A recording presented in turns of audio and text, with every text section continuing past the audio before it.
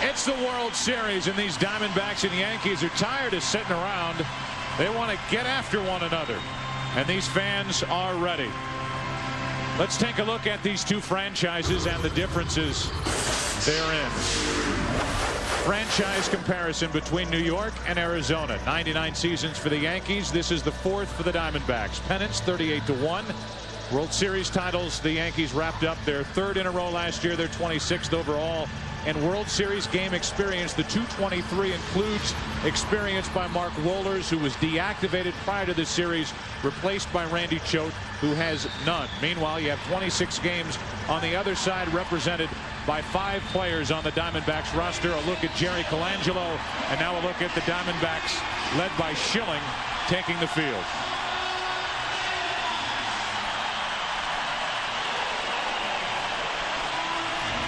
How about the starting lineup for the New York Yankees, brought to you by MasterCard. Curt Schilling will face this in Game 1. Chuck Knobloch leads off in left field with Derek Jeter batting second at short. David Justice hitting third in right field. That was the big Joe Torre decision. It's Justice, not O'Neill. Bernie Williams cleans up. Tino Martinez at first. Jorge Posada, the catcher. Soriano at second base. Scott Brosius is at third base, and Mike Messina pitching and batting ninth. Since '96, that 9-1 World Series road record. And here's a guy who has been almost unhittable this postseason. He has given up only 2 earned runs in 27 innings. 3 complete games. Power, power, power. Home runs, yes. Men on, no. He allowed 37 home runs this year, but 31 were solo shots. And that's how he gets the job done, with shoulder-high heat and shoe-high splitters. And now the defense behind him, the best in the National League during the regular season, committing only 84 errors as a group.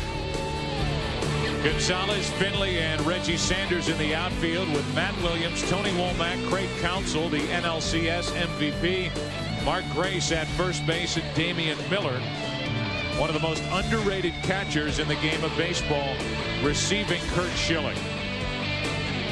There's a look at Craig Counsell, Notre Dame product. There's a look at Damian Miller. He is invaluable to this staff, anchored by Schilling and Randy Johnson. This broadcast also available in Spanish by utilizing the SAP button on your television. Joe Torre has made no secret. He expects the Yankees to run deep counts. The problem with that, Curt Schilling throws a lot of first ball strikes. He and Rick Reed of the Minnesota Twins led the majors in first ball strikes, with over 70% of the time throwing that first pitch in the strike zone. It really is the opposite approach we heard the Cardinals take going into a game against Schilling. The Cardinals are at home watching, so let's see how the Yankee approach works as Knobloch takes high for ball 1. Flash bulbs popping around this park as the Diamondbacks host their first World Series game. Schilling, a 22-game winner during the regular season. Knobloch after a pitch that was up, and he pops it up. 1 out.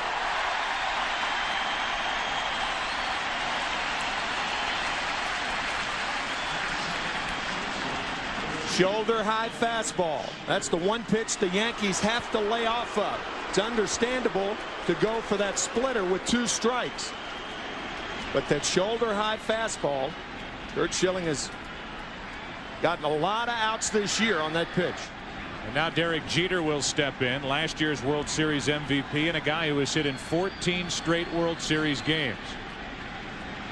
Jeter hitting in front of David Justice. Jeter so far in this postseason hitting .286.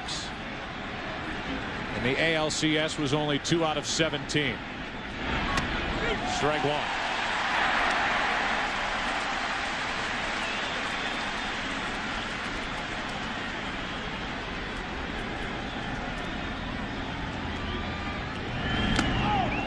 That grazes Jeter on the hands or wrist. And Jeter will go down to first base, hit by the pitch. You can hear it. Highly unusual for Curt Schilling. He hit only 1 all year, but you could hear it, Joe, right there. It looked like the right wrist of Derek Jeter. Let's take a listen.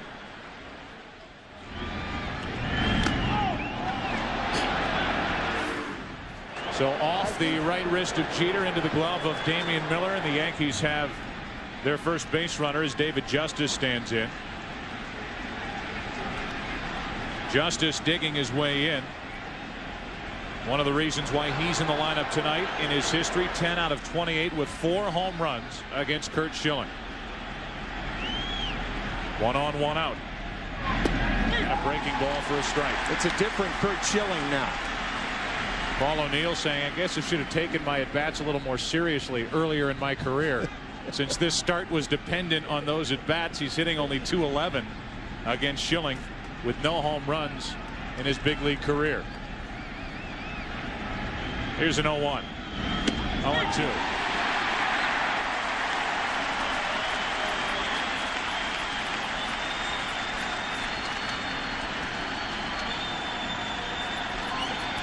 Bernie Williams, who hit 3 consecutive home runs in games 3, 4, and 5 of the ALCS on deck.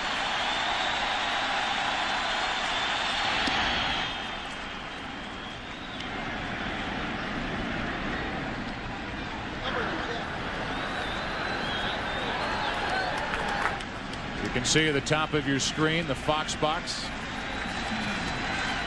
Runner at first. No score. Top of the first. 1 out. 1 ball. 2 strikes.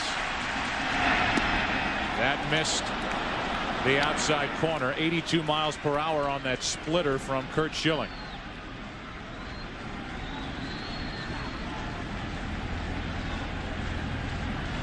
So a runner at first with 1 out. It was 0-2. Now it's 2-2 on David Justice.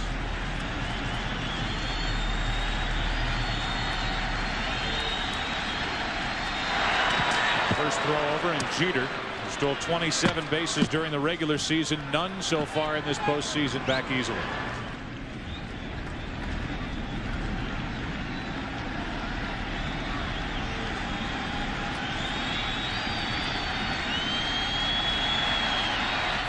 Two-two pitch.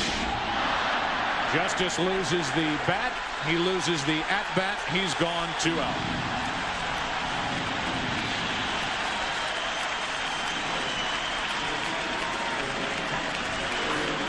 We told you about the shoulder-high fastballs. This is the shoe-high splitter to get David Justice.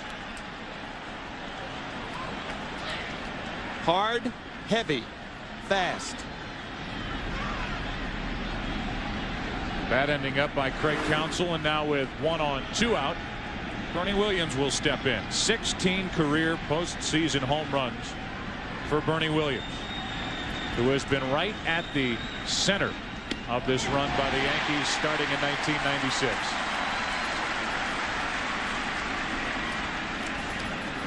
Curt Schilling's father died in 1988. His father, Cliff, dying of a heart attack 13 years ago. That's off the hand, slicing down the left field line. It's a fair ball. Bernie Williams didn't run out of the box. Jeter's running, and he'll score on a 2-out RBI double by Bernie Williams. He had no idea where that ball was. Jeter did, and it's 1-0 New York.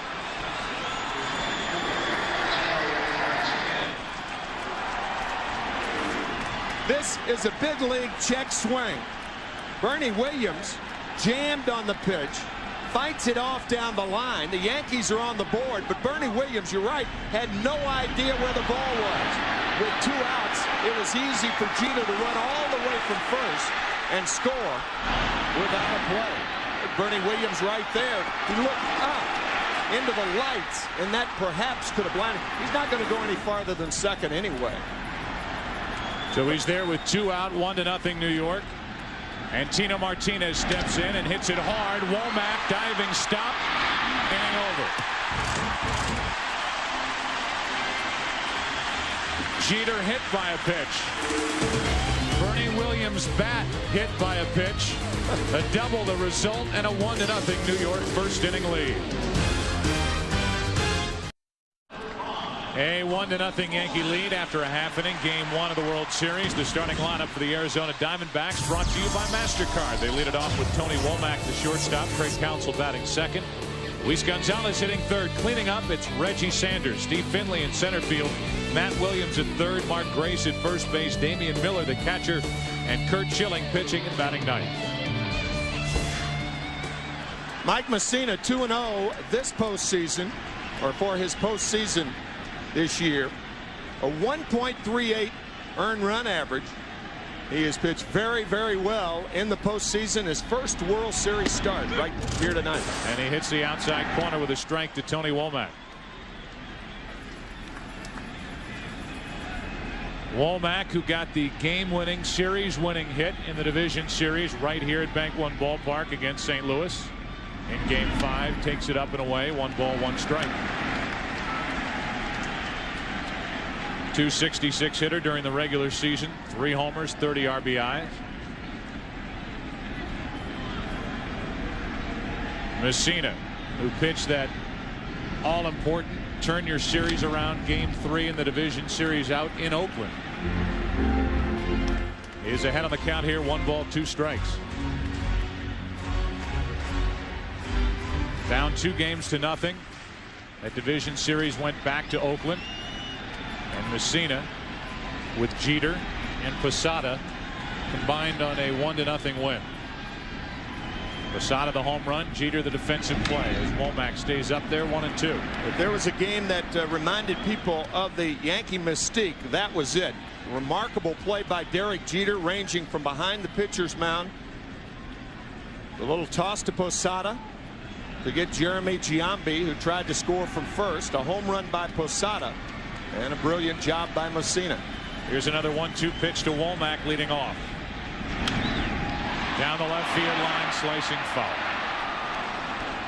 The elements are different at this ballpark, obviously, when the roof is closed as opposed to when it's open. Typically, at least in this postseason, when Schilling and the Diamondbacks have been here at home, he has requested that the roof be closed. It's open tonight. Bob Brenly will tell you down the lines it makes a difference with a wind current, as Womack pops it foul back here, and he's having a pretty good at bat here against Mike Mussina. Especially down the right field line. Left-handed hitters will hook balls into that area, and even right-handed hitters who find balls at tail will have a tendency to stay fair, like the ball Javi Lopez hit in Game 3 against the Diamondbacks in the League Championship Series. 1 ball, 2 strikes. And another foul from Womack. You saw in that graphic 1 swimming pool. Yes, there is a swimming pool here at Bank One Ballpark. It's 98 degrees. It's October 27th. What's wrong with having a pool in a ballpark? Record-breaking temperatures today with the 98-degree reading. Mussina, meanwhile, wants Womack to put the ball in play in the air, not on the ground. Another 1-2 pitch. And a swing and a miss. Play completed by Posada, 1 away. You know, we have not told the people what the Yankee defense looks like yet. Here's how it looks. Knobloch in left, Williams in center, David Justice in right. No surprises anywhere else. Brocious, Jeter, Soriano, Martinez, Jorge Posada doing the catching. Mike Mussina on the mound. Here's Craig Counsell. Scored the World Series winning run in Game 7 back in 1997 for Florida against the Cleveland Indians. Hit .381 in the NLCS, was the MVP, and that was on top of hitting that huge Game 3 division series home run in St. Louis. Hitting it off Mike Morris to give the Diamondbacks a 5-2 lead. They went on to win that game. Here's a 1-0. 2 balls, no strikes.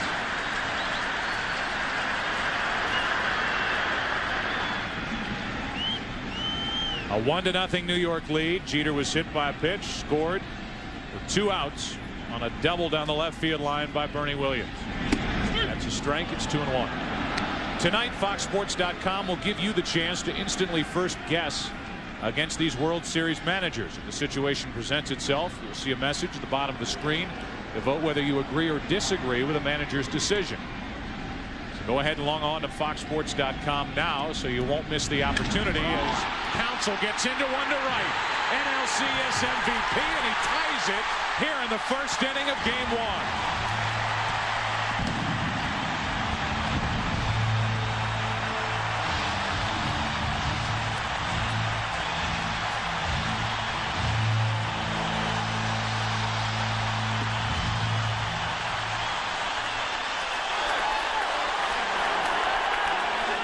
Would you like to second guess putting Craig Counsell in the number 2 spot in the Diamondback lineup? I was going to say, does that apply to us also? It should.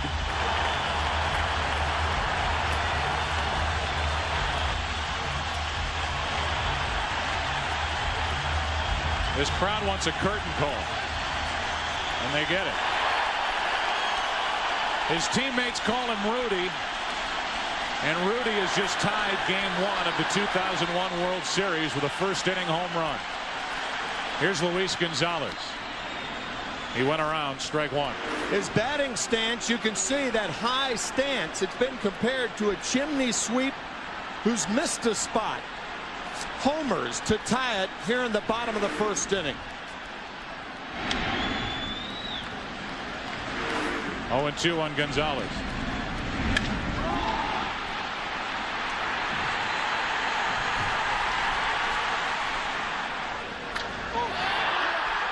His teammates have come to expect this. Only 4 home runs in the regular season, his second here in the postseason. Gonzalez gets it off the end of the bat, and the count still 0-2. He did not hit a home run in that 97 World Series. He just scored the winning run. First career World Series home run. And the second, we just talked about that Game 3 Division Series home run he hit in St. Louis. He hit 73 this year. Here's an 0-2 to Gonzalez. His first inning, these 3 Diamondback hitters have had pretty good at bats against Mike Mussina, battling after falling behind early in the count. They're a feisty team with 2 strikes on them. Only the Colorado Rockies struck out fewer as a team, fewer times as a team than the Diamondbacks. Here's another 0-2 pitch from Mussina. 2 out. So a home run in between 2 strikeouts. As Gonzalez, who is hitting only .237 this postseason, comes up empty. That's where the St. Louis Cardinals and Atlanta Braves tried to pitch Gonzalez inside. Very effective inside fastball from Mussina. Now it's Reggie Sanders with 1 home run this postseason. That came in Game 5 of the Division Series. Ball 1 from Mussina. Home run against the Cardinals. A look at Jerry Colangelo, but Reggie's home run against the Cardinals on a curveball. Mike Mussina features a different type of curveball than anyone in baseball. It's a knuckle curve. Here's a 1-0. 1 ball, 1 strike. You know, everybody you talk to on this Diamondback team will talk to you about how this team is perceived. It is perceived as a team built around 2 starters and not much more. No matter who you talk to, even with the year Luis Gonzalez had this season, the talk is about Schilling and Randy Johnson. As Sanders now's in the hole, 1 ball, 2 strikes. Reggie Sanders had a comeback year after a real disappointing season last year with Atlanta. But on down the line, whether it's Womack, Steve Finley, who picked it up in the second half of the year and now has been their most consistent postseason hitter. There's Gonzalez, who had 57 home runs during the regular season. Mark Grace can be counted on for a big hit for Bob Brenly. Where they are in trouble as a group is in their bullpen. Their middle relief, their setup relief, getting to Byung-Hyun Kim. 1 ball, 2 strikes, 2-2. They have nobody dominant in their bullpen like Mariano Rivera, the most dominant closer in the game. Romero Mendoza, the right-hander, excellent for the Yankees, as is Mike Stanton. On the Arizona side, they lost Brett Prinz, a power right-hander in their bullpen, as well as Matt Manti. their former closer, early in the year, as Sanders reaches out and gets a base hit to right. A 2-out single. What a job of hitting by Reggie Sanders. Watch the rear end. The pitch is in a perfect location. Check it out right here. Rear end out. Base hit to right center field. And with 2 outs, I would suspect Sanders will be off and running the first 3 or 4 pitches if he has an opportunity. That's why you put the speed in front of the left-handed batters. The catcher has a tougher time throwing with left-handed batters up than right-handers.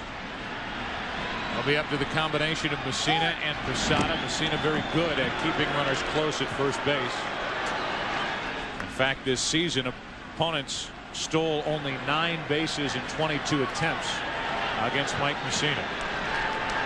Meanwhile, there are the numbers for Reggie Sanders.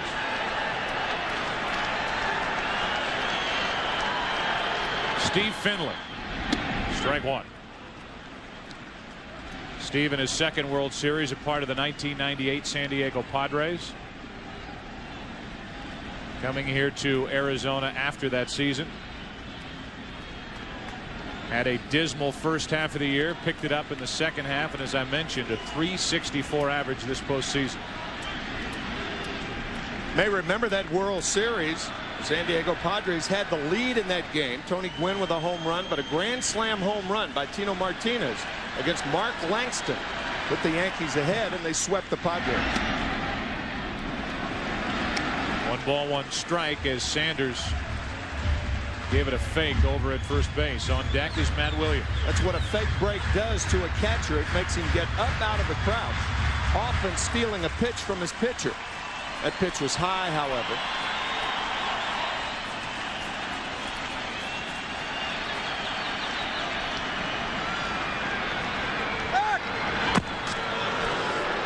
Mike Messina, who made his name with the Baltimore Orioles, became a free agent at the end of last season.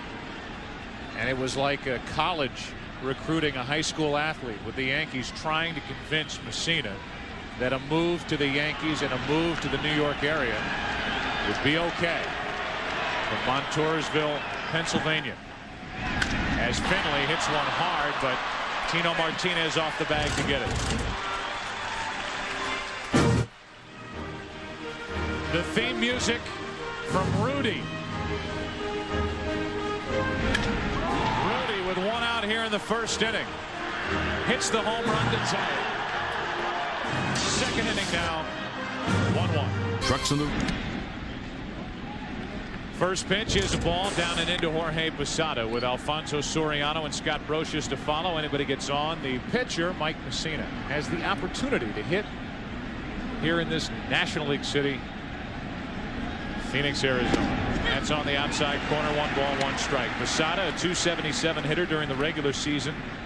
We showed you a .344 average during this postseason. 1-1 game, second inning. 2 balls and a strike. Talked about it in the first inning. Curt Schilling's wife, Shonda, sitting next to an empty seat. And the reason for that is that Curt has left a seat for his father in whatever park he pitches since his father died in 1988. That is the seat for Cliff Schilling, left by Curt and his wife Shonda. Out on the mound, it's Curt Schilling, and the 2-2 pitch is high and tight. 3 balls, 2 strikes.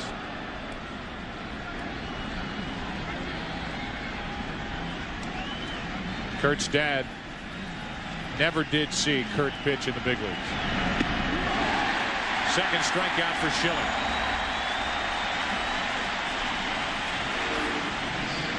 A wicked toppling splitter gets Posada. Posada leading the Yankees in strikeouts with 132. That is rare for a switch hitter because he rarely has to bail out against a pitcher. So Curt Schilling was in the minor leagues with the Baltimore Orioles in 1988. Came up later that season. Early that calendar year, his father Cliff had passed away, and it was really that season where he started to get an idea of what it would take to be a successful pitcher in the big leagues, but it wasn't until after the 1991 season in Houston when he ran across Roger Clemens, who's now in the other dugout. And Roger Clemens had a meeting with him at the Astrodome in the weight room. Said, yeah, I'll talk to you. Curt Schilling wanted to meet him, and it was about an hour-long session where Roger Clemens laid out exactly what Schilling needed to do to be successful. Soriano grounds it foul, and the count goes to 1-2. Roger telling Curt that if you want it, you have to go get it. Your off-season workouts have to be more strenuous. Nobody works any harder during the off-season than Roger Clemens. Almost a football mentality, and Schilling has adopted that. A 1-2 to Soriano, reaching out, flying one into right center field for Finley. 2 out. Clemens had just won the Cy Young, his third with Boston at 91 season. And I think Curt Schilling was surprised at what was waiting for him in that weight room that day. And after a short while in Houston, it was on to Philadelphia, where Schilling became the ace of that staff. And as we've told you, he's been in the World Series before in 1993, and his last World Series start was a complete game shutout in Game 5 of that 93 World Series. Against the Toronto Blue Jays. May remember Game 4. It was a game won by the Blue Jays 15-14 at Veterans Stadium in Philadelphia. Scott Brosius gets one off the end of the bat. Finley has to come in. Counsell has to go out. Finley cannot make the catch. Brosius into second, safe, and he's there with 2 out. Steve Finley's first step was back, and then he had too far to run to make the play. The ball hitting off the heel of the glove. Watch the slide, heel of the glove, and I would imagine it's a double for Scott Brosius. Scott taking a chance going to second with Messina coming up, but it did hit the heel of the glove and bounced away from Finley, but his first step was back. Even though Messina does nothing here, that could be a big play because at least you clear the pitcher. And in the National League, that's very, very important. In his career, Messina 5 out of 30 with 5 RBIs.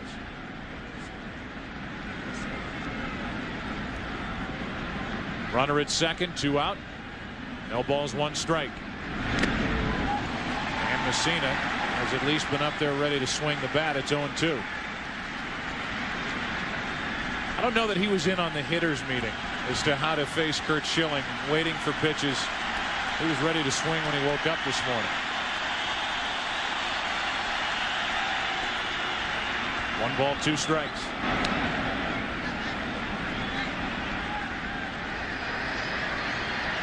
Knobloch on deck. This is one of the disadvantages when an American League club faces a National League ball club in the World Series in their ballpark. Mike Messina with only 7 at-bats in interleague play this year. Chased it. He's gone. Strikeout number 3 for Schilling, who gets around a 2-out blue double. We are in the desert. It is warm. The roof is open. It's the bottom of the second. Game 1 tied 1-1.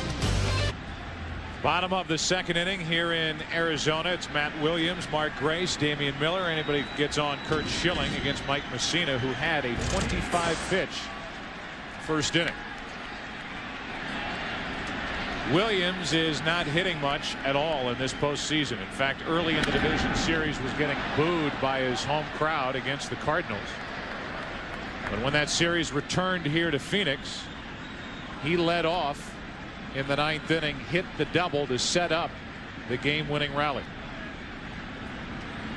In his World Series career, and he has been in the World Series in '89 with San Francisco and '97 with Cleveland. Those are the numbers. No balls, 1 strike. Breaking ball, and Williams' knees buckled. 0-2. We talked about that curveball with Mike Messina. It's really a misnomer. Calls it a knuckle curve, and it does have that downward action, but he holds the ball with his fingertips.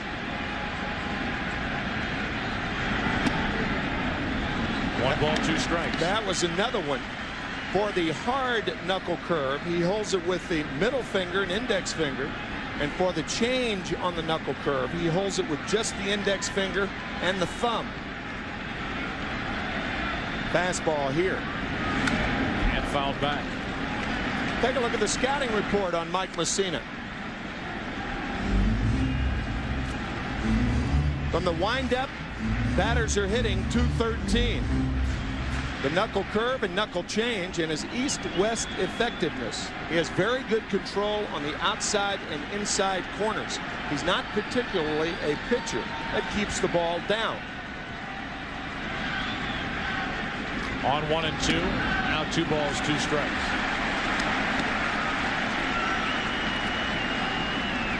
Mark Grace on deck. Came up in 1988 with the Cubs. Played there through last year. A veteran, one of many on this Arizona team. 2 balls, 2 strikes. Williams. Terrible swing, 1 out. Bob Brentley, Mark Grace's new manager, has this to say about his veteran first baseman. There are high maintenance players, there's low maintenance players, and then there's no maintenance players. And Mark Grace is a no maintenance player. He shows up at the ballpark ready to play every day. He never gets caught by surprise by anything that comes up during the course of a ball game.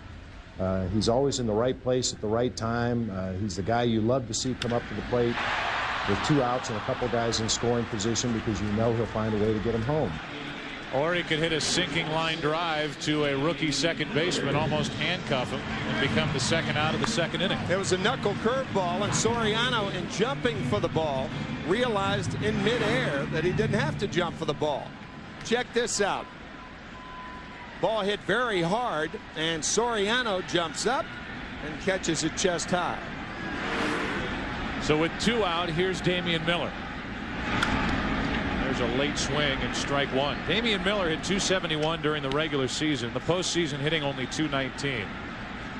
But offensive numbers aside, what he does for this pitching staff, Bob Brentley will tell you, with all credit deserved by Mike Matheny of the St. Louis Cardinals, Damian Miller would get his vote for the Gold Glove Award as he gets a base hit into left center field. 1 on, 2 out.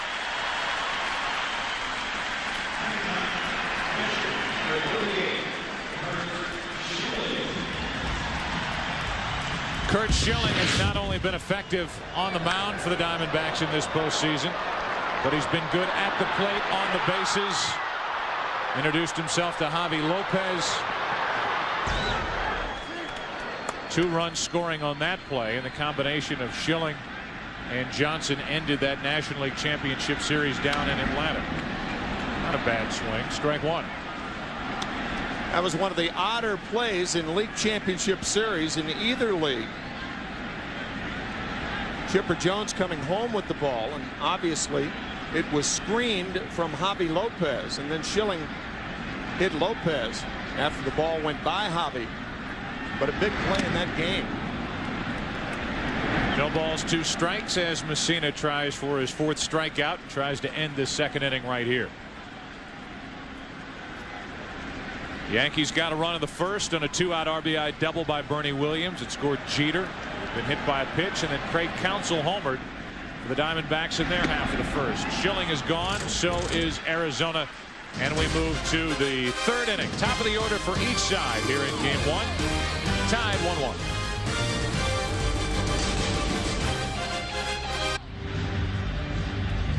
Top of the order for each side. 3rd inning, tied 1-1. Chuck Knobloch, Derek Jeter, David Justice for New York.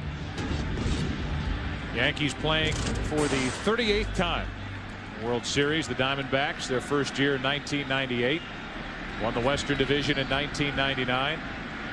2000 they finished in 3rd place, 12 games behind San Francisco, and this year a record of 92-70, 2 games better than San Francisco. Schilling got Knobloch to pop up his first time, misses with ball 1.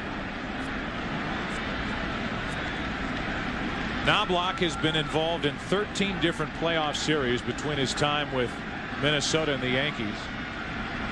And his team has never lost one of those playoff series. That is one of the more remarkable things. In 1991 with the Minnesota Twins, of course, that was before the league divisional series. And then 3 straight years with the Yankees, 98, 9, and 2000. 2 balls and a strike from Schilling. And then, of course, the league division series this year and the American League Championship Series. On 2-1, Knobloch pops it up. Right side for Grace. Got a bad right hamstring, but back to that easily. 1 out. That'll bring in Derek Jeter. Hit by a pitch, scored a run his first time up. And he has a 14-game hitting streak that he brings with him here to Game 1 of the 2001 World Series.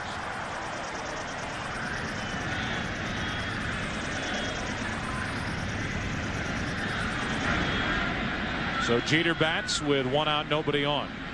89 hits in his postseason career, and he has reached base now in 64 of 72 postseason games played. And you can look at one statistic after another about this Yankee team and basically the same core group. And when you look at it, a couple of sentences to sum up what they've done since 1996, it is remarkable. And we've been sitting in the booth for a lot of that action. But when you look back on it, it has been an amazing run for this team. Remarkable how they have spread the success around also. Hard hit right at Womack. 2 out. They have had 9 different MVPs since 1996 for League Championship Series and World Series. The East battle or other regional action. Coverage begins at noon Eastern. 9 a.m. Pacific on Fox. Strike 1 as Justice thought he had held up. Instead of gliding to the ball, David Justice with that leg kick, he thought that was called on the swing. Home plate umpire Steve Ripley called it on the pitch. Say that again. 9 different MVPs of these different series for this group. 7 are still with the club.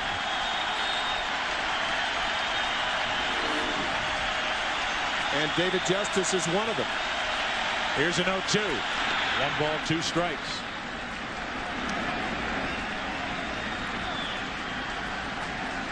Justice the MVP of last year's American League Championship Series. 2 out, nobody on. 1 ball, 2 strikes. See a lot of umpires ducking when Curt Schilling's on the mound. And they put a lot of trust and a lot of faith in Damian Miller, who is sitting in front of him. You could see home plate umpire Steve Ripley going behind Miller and using the catcher as the guard.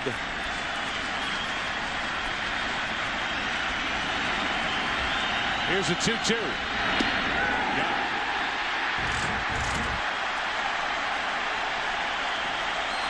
Strikeout number 4 for Curt Schilling. Bottom of the 3rd, still tied 1-1. Mike Messina back to the hill. Top of the order now for Arizona after the Yankees won in order. Womack, Counsell, and Gonzalez. Womack struck out his first time up. Messina struck out 4 and allowed 1 run on 3 hits. Strike 1.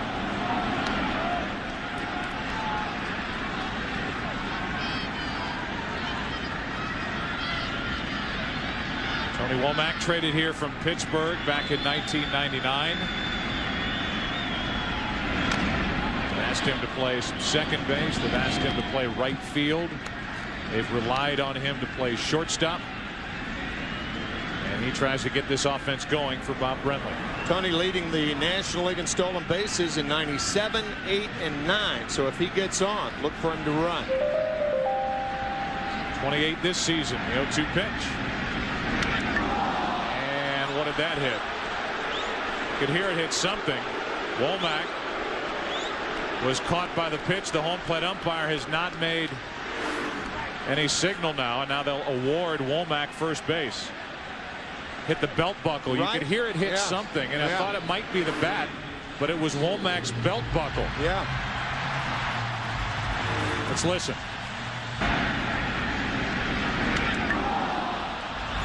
It sounded like wood. Mel Stottlemyre, the pitching coach for the Yankees, and Don Zimmer thought that Tony Womack had swung the bat. Obviously, if he swings, goes through the ball, and it hits it, it's a strike. Did he go around? No. He was trying to get out of the way of the ball, it appeared to me. With 2 strikes, Womack hit by the pitch. Now we'll see if he does run as Craig Counsell stands in. You know, here you've got Counsell at the plate, a guy who homered his first time up, swinging the bat so well. The MVP of the National League Championship Series. Yet when you talk to each manager in this type situation, the bunt is definitely an option. Yeah, Bob Brenly is not going to be enamored with a home run here and there by Craig Counsell. Yankees expecting it. Counsell dropping it down. It's perfect. Now can Messina get to the base? He got it. 1 out.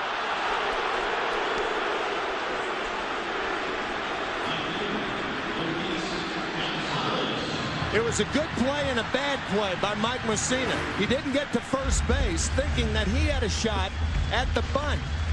Messina breaking, and now he's confused. He makes a nice play and just gets there ahead of Craig Counsell. Fine recovery by Mike Messina. And a good call by the first base umpire, Mark Hirschbeck.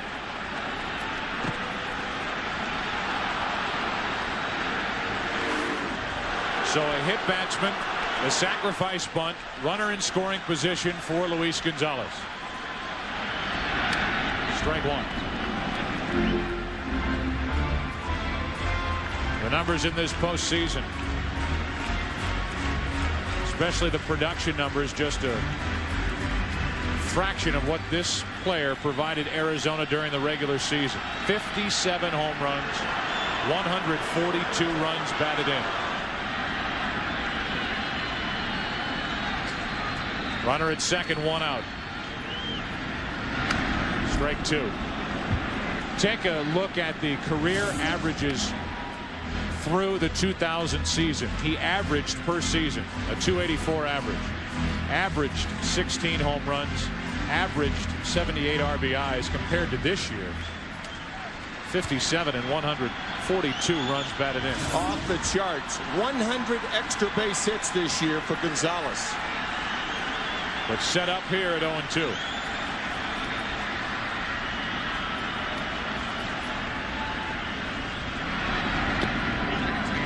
One and 2.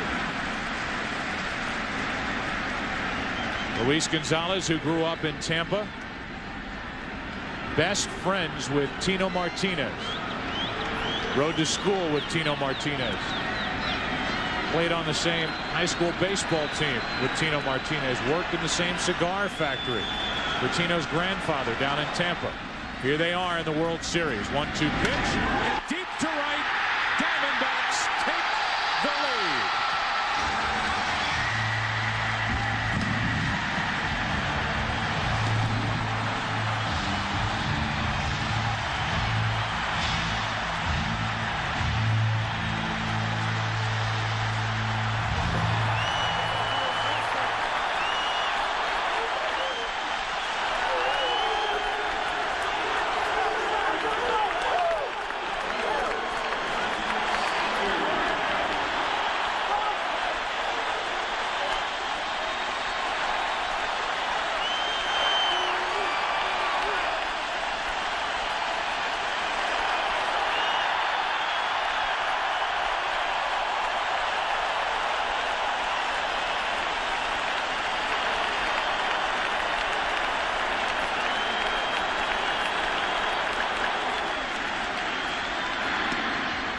Strike 1 on the inside corner to Reggie Sanders.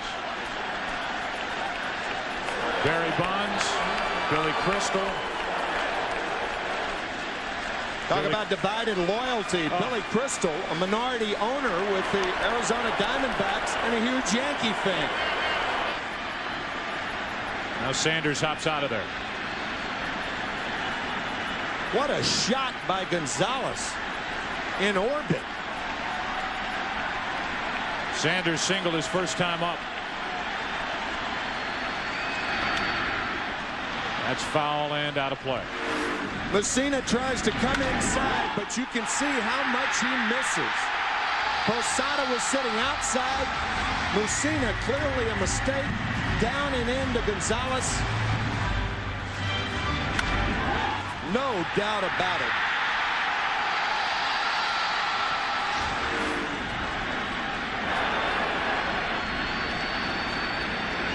Now Reggie Sanders set up at 0-2. If that were the 7th inning, Mike Messina would have walked Luis Gonzalez intentionally. But in the 3rd inning, you don't do that. Sanders 2 for 2.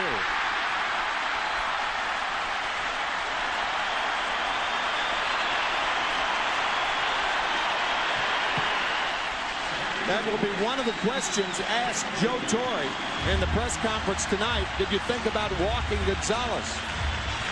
But Reggie Sanders has been prolific with the bat this year. And he hammers his 2nd straight hit. Mike Messina has made some 2-strike mistakes. He was ahead of Sanders 0-2 twice. Sanders is 2 for 2. He was ahead of Luis Gonzalez 1-2, and Gonzalez blasted one into the right field seats to make it 3-1 Arizona. And now with a runner at first, 1 out, Mel Stottlemyre, the pitching coach, at his meeting with Messina. Posada with Finley coming up. Joe, a guy who relies on his control. Watch Posada sit outside and watch where the pitch is. He missed by about a yard, and Mike Messina doesn't miss that far that often.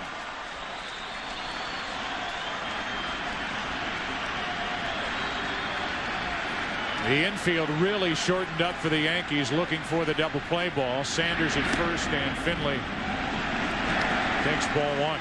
Yeah, the faster the batter at the plate, the more shallow the infield has to play in a double play situation.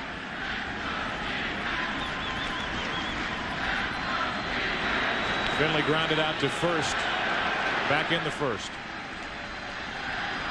3-1 Diamondbacks, 3rd inning.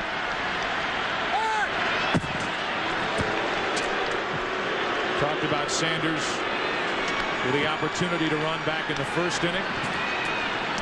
That same opportunity is there here in the 3rd inning. Once a manager gets a team down, you try to pile on, and that's what the Diamondbacks will do right now. Good running situation. Sanders stays put, and it's 2-0 on Finley. I know a lot of managers like this count on which to run. I think if you run on this count, you compel the hitter to swing, and you take an offensive hitting situation and turn it into a defensive hitting situation. See what Bob Brenly does here.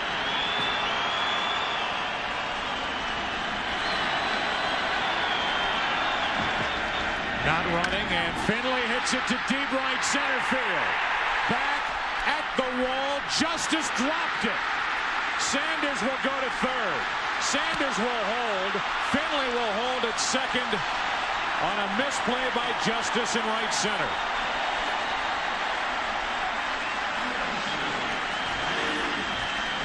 David Justice, a left-handed thrower, booted it. That should be an error on Justice.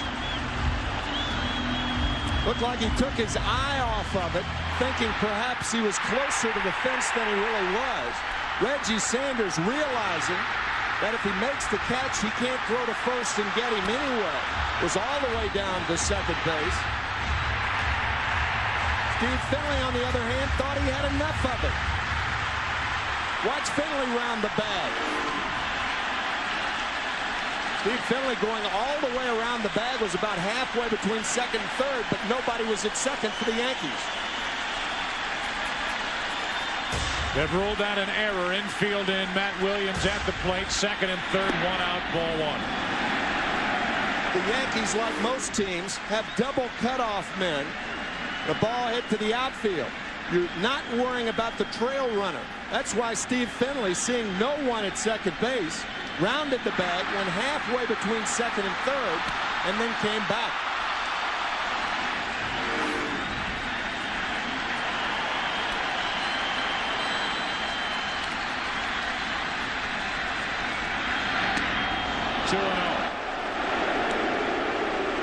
The Yankees, unlike any other team, sometimes have 3 cutoff men. Yeah, like in the Derek Jeter play in Oakland in the 7th inning to get Giambi. Matt Williams, 2 RBIs this postseason.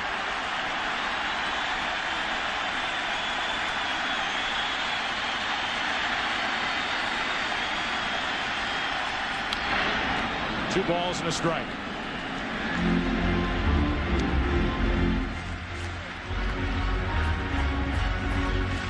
The Yankees realizing that they are already too far behind Curt Schilling.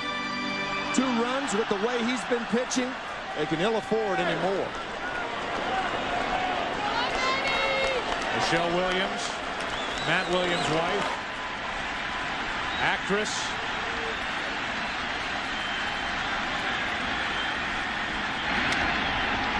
Down toward the end of the bat, shallow right center. Williams makes the catch. Sanders coming to the plate, cut off. Safe over at third, and it's 4-1 Arizona.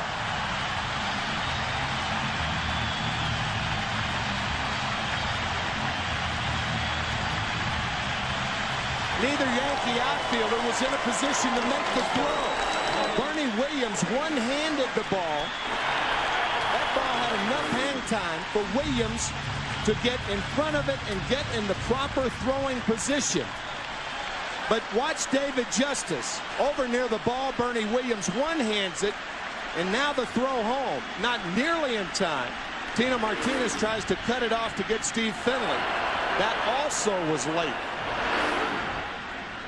The reason Finley is running, he's looking and checking Reggie Sanders. He sees him go, and now he goes to third, quite willing to trade an out for a run if the ball is cut off. But a very poor throw by Bernie Williams. Now with a runner at third, 2 out, the Yankees will intentionally pass Mark Grace, who lined out his first time,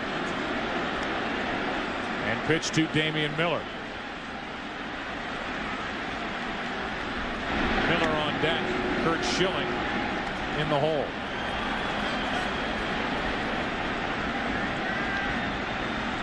The proper way to make that catch by Bernie Williams, to make the two-handed catch in front of your plate, in front of your face, instead of catching it off the left shoulder and then bringing the glove around. That takes time. Watch him catch it on the left shoulder right there, and now he brings the glove around, and by the time he gets it out of the glove, Reggie Sanders scores easily.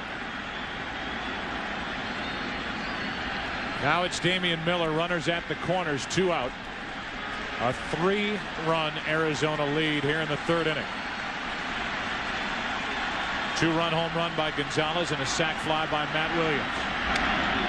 Miller already has a single and had a good rip at that pitch, 0-1.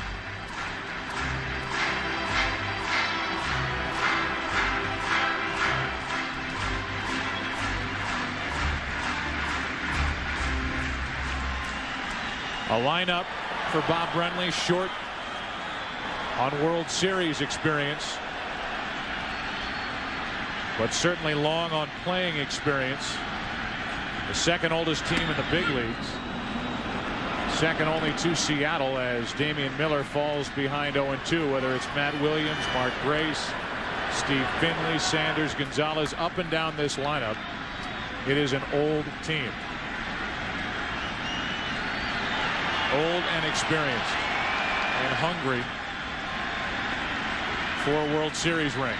Here's an 0-2. Hard hit, fair, down the left field line. Finley scores. Grace will go to third and hold on an RBI double by Damian Miller. It's 5-1 Arizona.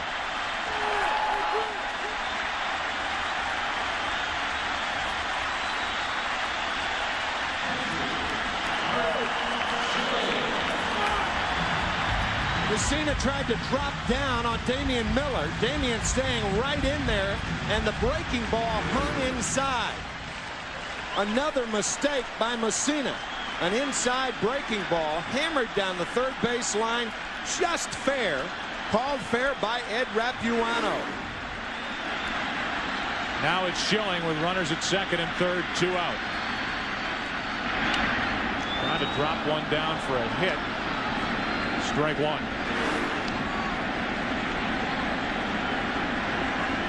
Just over the corner of the bag, says Ed Rapuano. Very, very close.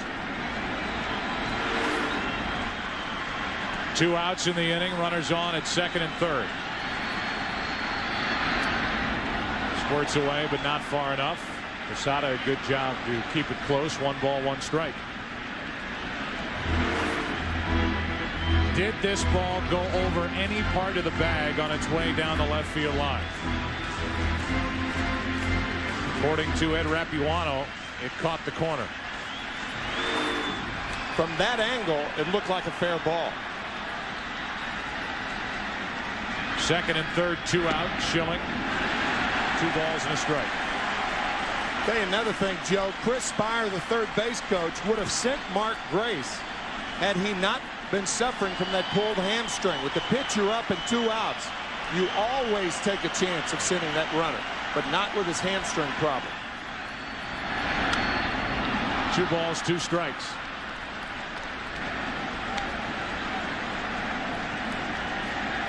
Grace would tell you that hamstring is good enough to play. And he says, I'll just have to take the stolen base out of my approach. He's at third. Miller's at second, 2 out.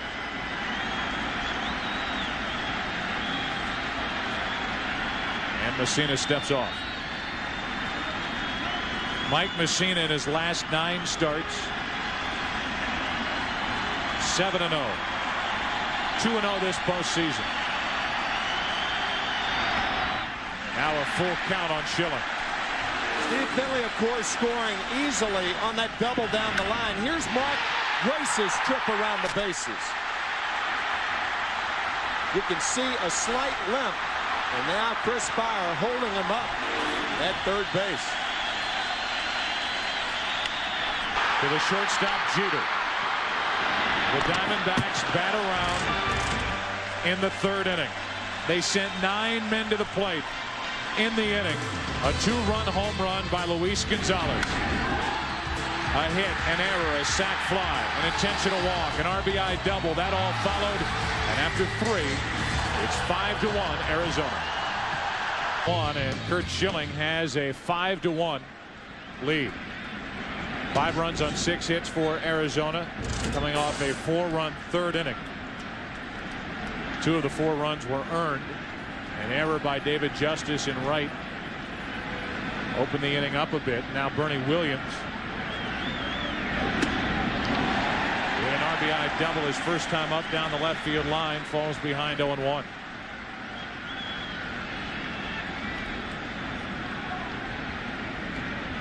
Only 5 of 38 starts, including the postseason. Curt Schilling allow 5 or more runs.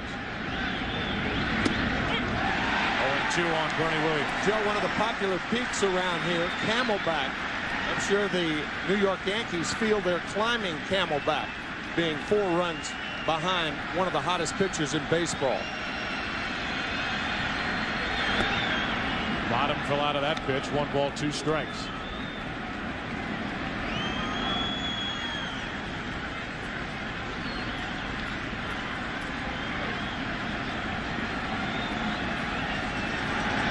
Curt Schilling, 3 complete game victories this postseason, and tonight 5 strikeouts with a 5-1 4th inning lead.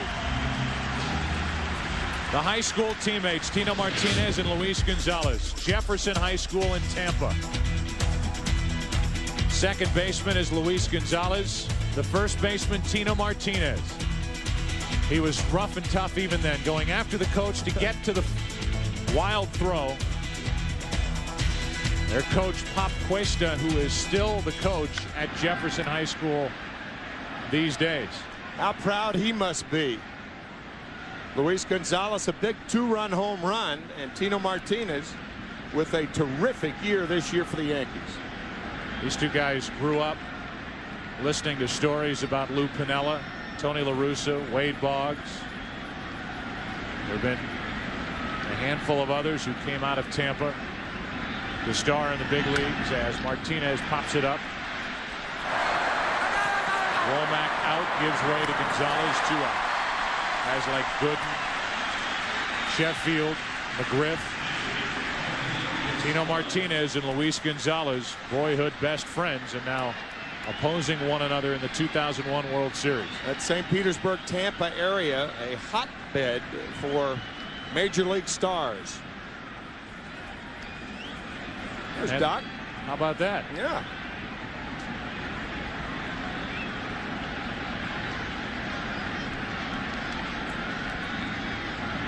Posada takes a ball up and away. Doc Gooden now an employee for the New York Yankees, working in their minor league system, getting a taste of the executive's life.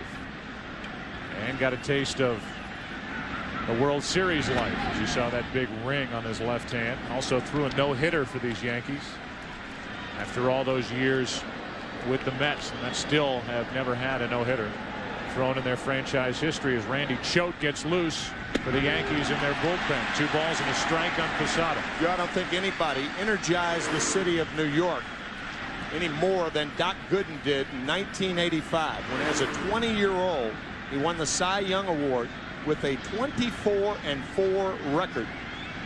World Series ring on his left hand. And a friend who's evidently watching and has his cell number.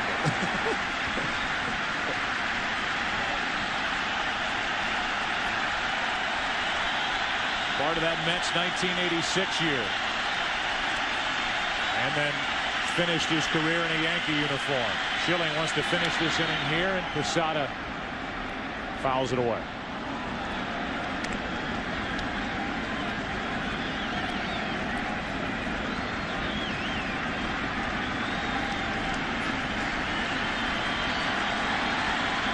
Posada struck out his first time.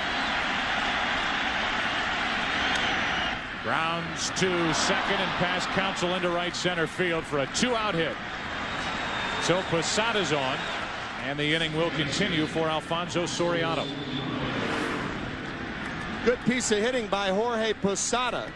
One of the adages about hitting is see the ball before you stride, and Posada did a good job of waiting on that splitter, and the ground ball going under the glove of Craig Counsell. Now the Yankees ask for something out of their rookie Alfonso Soriano.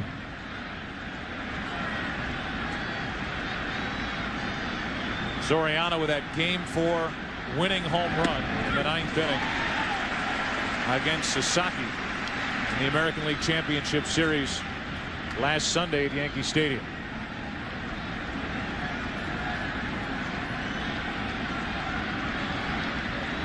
The 23-year-old rookie has put together a phenomenal first full season in the big leagues, as he's in the hole 0-2.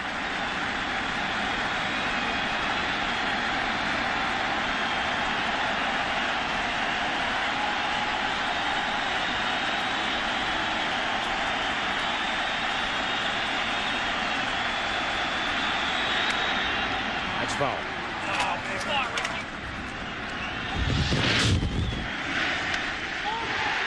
Soriano, the home run in Game 4, 9th inning into right center field. With that, the Yankees went up 3 games to 1.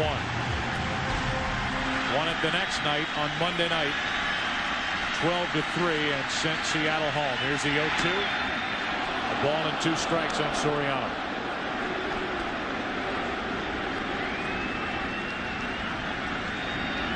He hit that home run. He became the first rookie in Major League history to hit so-called walk-off home run in postseason history. If you're Curt Schilling right now, you don't give him a strike at which to swing. Soriano swings, Soriano misses, and that's 6 strikeouts for Curt Schilling. Bottom of the 4th, Diamondbacks bat. They lead it 5-1.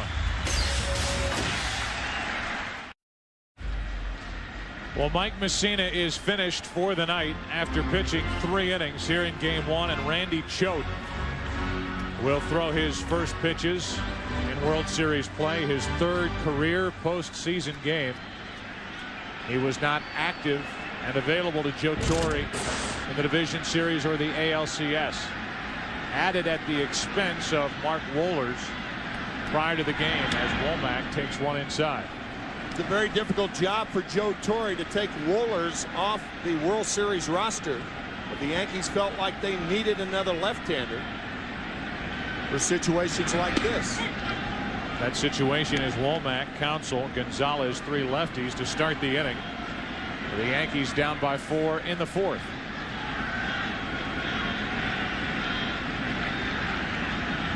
Breaking ball bunted in the air. Posada puts it away, 1 out. We came in talking about this pitching matchup, Curt Schilling against Mike Messina. And look at how Messina had pitched of late. Last 11 starts, 8-1 record with a 1.32 ERA. And opponents hitting only 172 against him, and that includes his 2 postseason starts this year. That's who was matched up against Curt Schilling. Schilling has allowed 1 run on 3 hits, struck out 6. And Schilling has a 5-1 4th inning lead. Breaking ball is a strike to Craig Counsell, who homered his first time up. Then dropped down a good bunt in that 4-run 3rd inning. Andy Pettitte will get the ball tomorrow in game 2 and face Randy Johnson. 1 ball, 1 strike to Craig Counsell, who with his team down 1-0 in the 1st inning did that to tie the game. Baseball's a funny game. The home run in the 1st inning, and that's all the Diamondbacks get. And then the sacrifice by Counsell that opened things up for 4 runs in the 3rd inning. That's on the inside corner, 1-2. Joe Garagiola Jr., who is the general manager of this Arizona Diamondback team, was actually coached as a freshman at Notre Dame on the freshman baseball team by John Counsell, Craig's dad.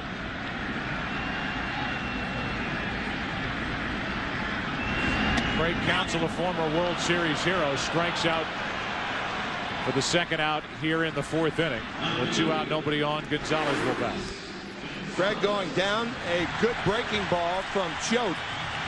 Yet Craig's college baseball coach at Notre Dame, Pat Murphy. Pat is now the baseball coach at Arizona State. And when Counsell hit that home run we talked about earlier off Mike Morris in game 3 in St. Louis, Michelle is the wife of Craig Counsell. She called the Arizona State baseball coach. Said, "Did you see that?" He said, "I sure did." How many people in this state said, "Did you see that?" Did you see that? A lot. No balls, 1 strike on Luis Gonzalez, who hit a "did you see that" back in the 3rd inning. A no-doubter up into the right field seats to make it 3-1.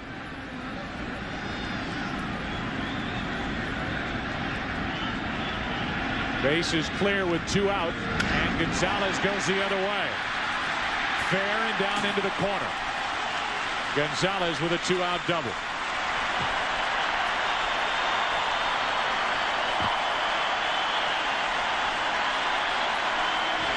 What's impressive about this at-bat is that the at-bat before it, Gonzalez went deep down the right field line, and now he peppers the left field line with a double. With that double, it brings in our Nissan game summary. We're at the bottom of the 4th inning. Messina knocked out after 3 innings. Schilling faced 16, struck out 6. Gonzalez and Counsell have each homered for Arizona. The team winning game 1 in World Series history has won that series 59% of the time, as Reggie Sanders with a lefty Finley on deck will get the intentional walk.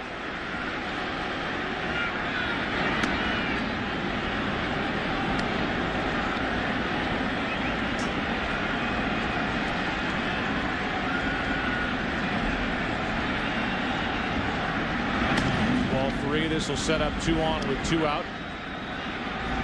It's the second intentional walk handed out to Arizona tonight by New York. Think about how the Diamondbacks scored.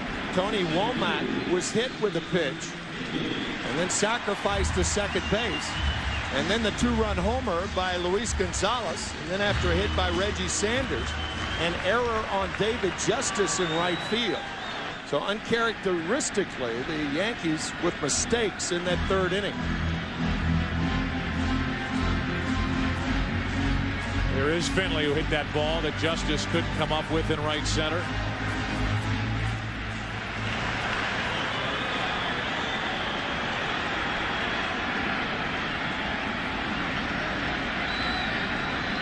Two on, two out. And Finley able to get out of the way of that pitch.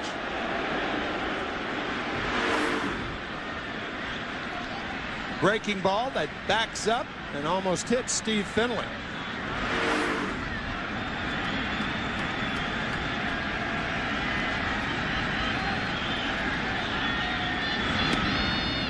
Down and in again, 2-0.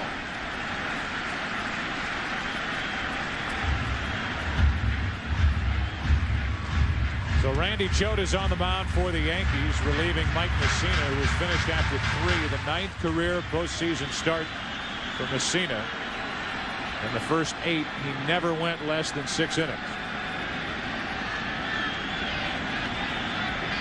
Here's a 2-0. Base hit right field. Here comes Gonzalez. The throw by Justice into third. Safe there, and it's 6-1 Diamondbacks.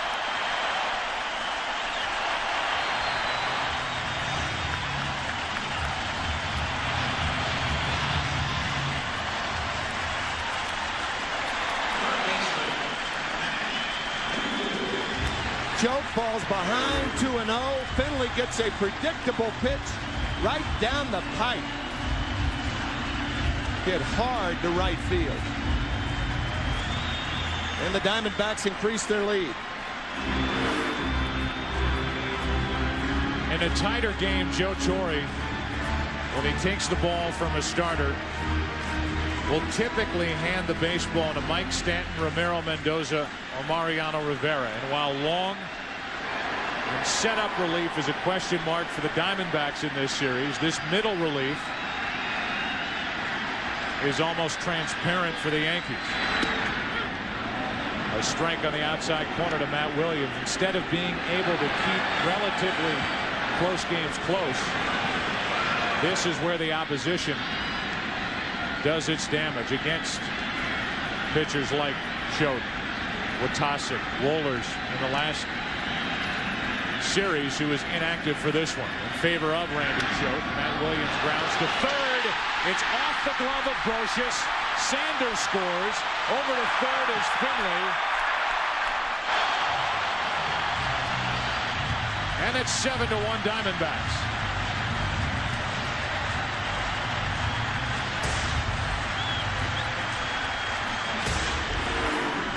An error on Scott Brocious. The ball off the fingertips. I think the error given right here, because Matt Williams is not a fast runner. Obviously, that's taken into account. Second error of the game for the Yankees. So sloppy play and mistakes is added to the Diamondback lead.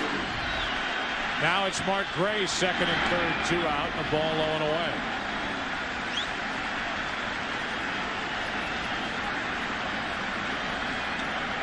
Grace is lined out. He's been intentionally walked.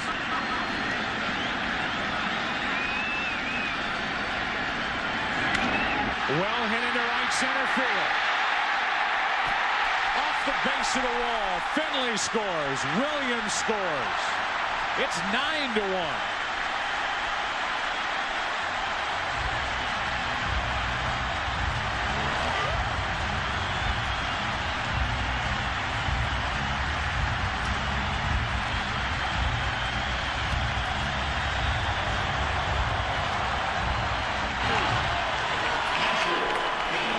Diamondback hitters probably saying to themselves, let's give them something to talk about. And they have thus far.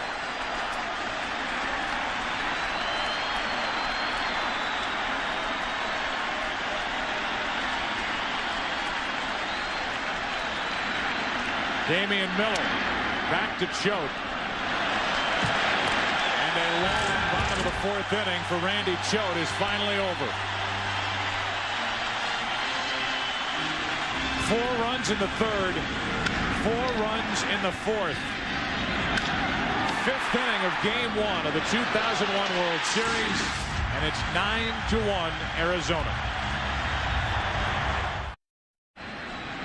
Curt Schilling back to the hill. We're in the 5th inning now. 9-1 Arizona as Brocious leads it off. That's strike 1. After the attacks of September the 11th, baseball shut down for 6 days. Curt Schilling wrote a letter on Saturday, September 15th, detailing his feelings on what had gone on and what was to come in Major League Baseball. Part of it I want to read to you. There is no city on this planet, Curt writes, that more represents its nation than New York does in the United States. New York is the true definition of a melting pot. Every race, religion, and color are represented in New York. And on Tuesday, you saw every race, every religion, every color come together as one nation of people fighting for one common goal: to save lives. I can honestly tell you that I've never been as proud to be an American as I was that day, to see the men and women of this great country come together and pour their blood, sweat, and tears into saving those that could be saved. Curt Schilling and teammates will go on Monday, when this series heads to New York, pay their respects and show their support for those who lost their lives and those who continue to work at the World Trade Center. 1 ball, 2 strikes on the leadoff hitter, Brocious. And a pop-up. Finley puts it away, and we hear from Curt Schilling on the mission at hand for himself and for this Arizona Diamondback team. We believe we belong here. This is what we began spring training playing for. But we're going to have to go through the greatest dynasty in sports to win that. And I think that's appropriate. 4-year-old franchise, you know, Mr. Colenso didn't stick his foot in the door to get into baseball. He kicked it in. And that offended a lot of people, I think, and probably makes people not like us as much as they might like another team, a young team. But the fact of the matter is, we're in a World Series with a chance to win it. That reference about kicking the door in by Jerry Colangelo, the signing of 3 agents. 10 of the Diamondbacks have been signed as free agents. Hey, you play by the rules. Enrique Wilson up the middle. Counsell. Got it. What else is this guy going to do? Woo.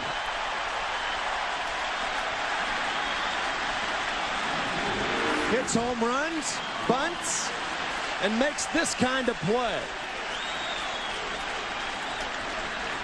to get Wilson. I'm not sure Enrique Wilson stepped on the bag. Fine play by Counsell.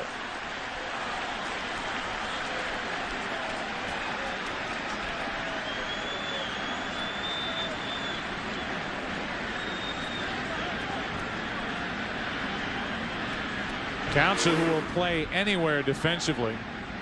Counsell, who had a roundabout relationship as we look at the play at first base. If Enrique Wilson's foot is on the bag, he's safe, called out.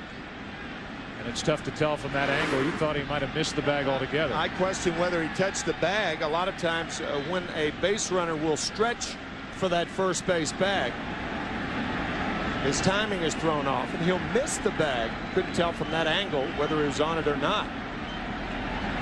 Chuck Knobloch with 2 out, nobody on. That's a strike. And it's 0-2.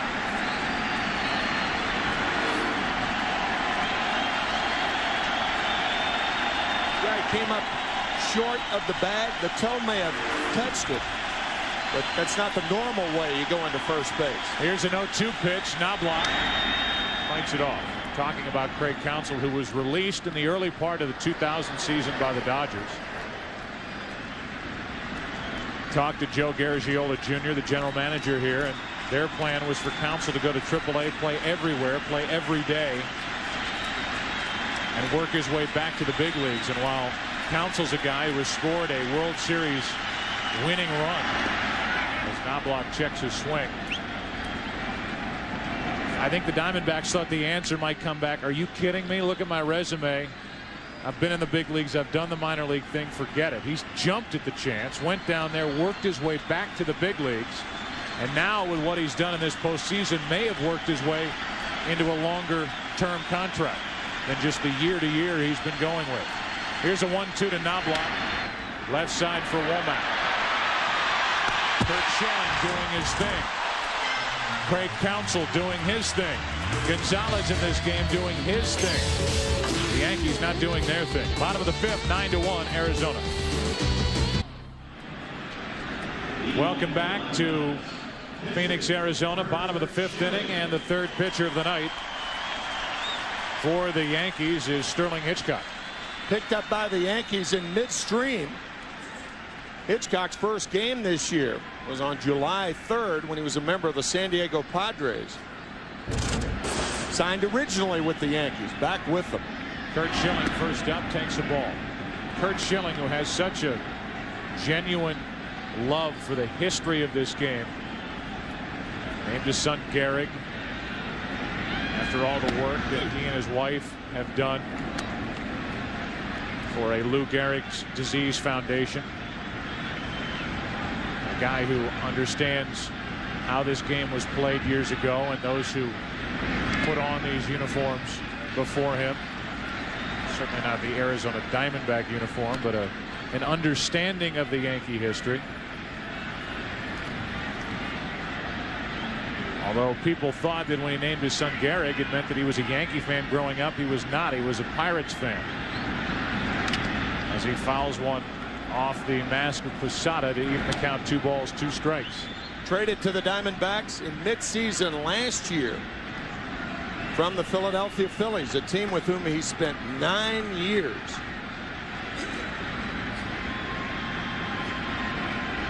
Schilling with a count of 2-2. Appeal to first, and Mark Hirschbeck says that Schilling didn't swing. The count full, 3-2.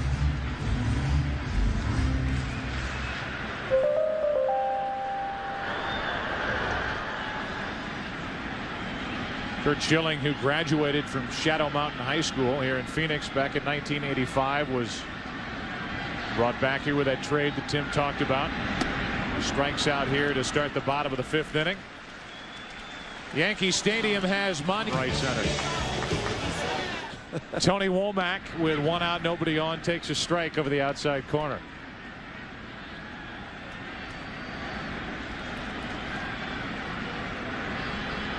Good town for pool music. No balls, 2 strikes on Womack.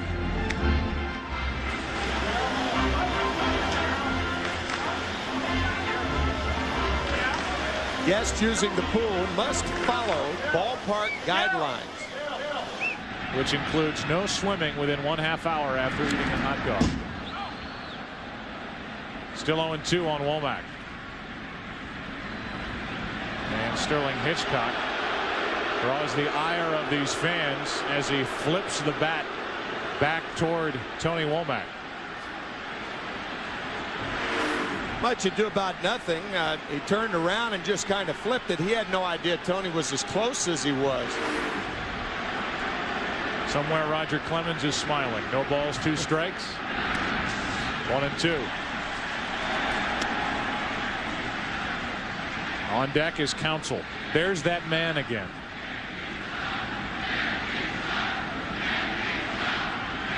Tony Womack has been hit by a pitch.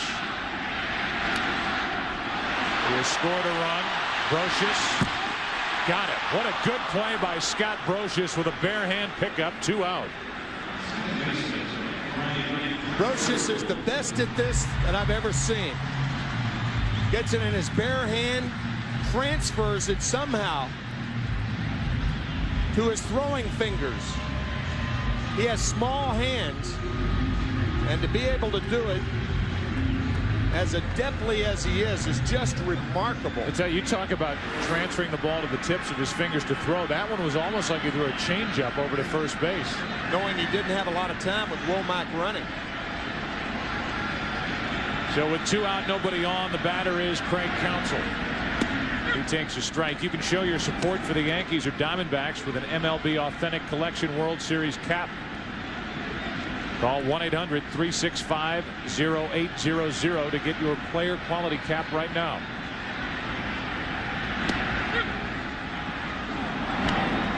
I heard that line about Craig Counsell the other day, that he holds the bat like a chimney sweep who missed a spot.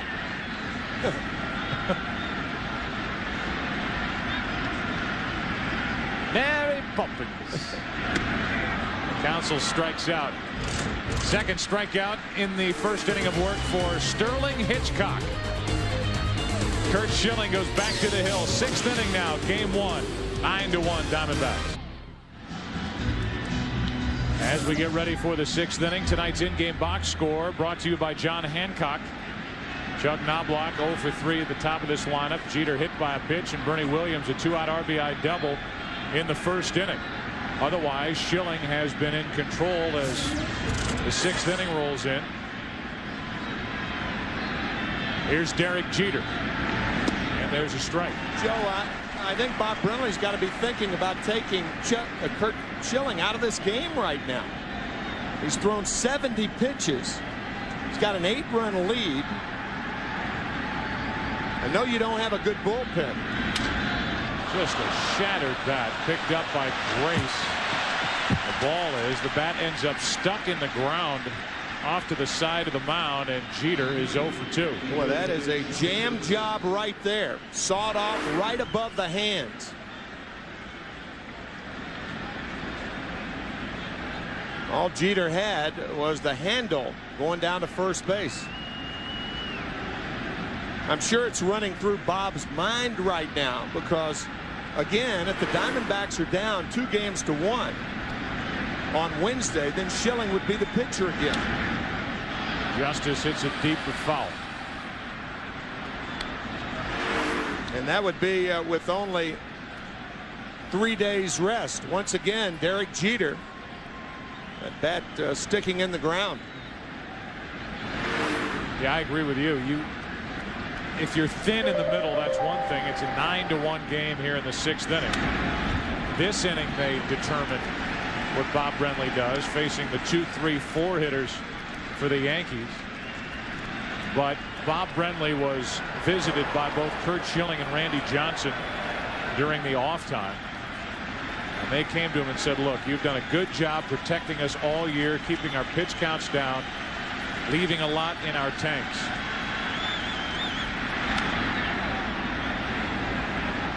But if we get the opportunity and you need us, we are ready to work on short rest. And again, if the Diamondbacks are up 2-1 or 3-0, Miguel Batista would start game 4 in New York.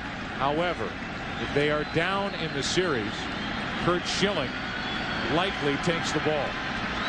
And if that's the case in a 9-1 game, as he is getting up toward 80 pitches, it's time to at least start thinking about taking him out of the game. I think you're right. I think the key is this inning. If he can get through this inning unscathed, perhaps the Diamondbacks and Bob Brenly will have someone throwing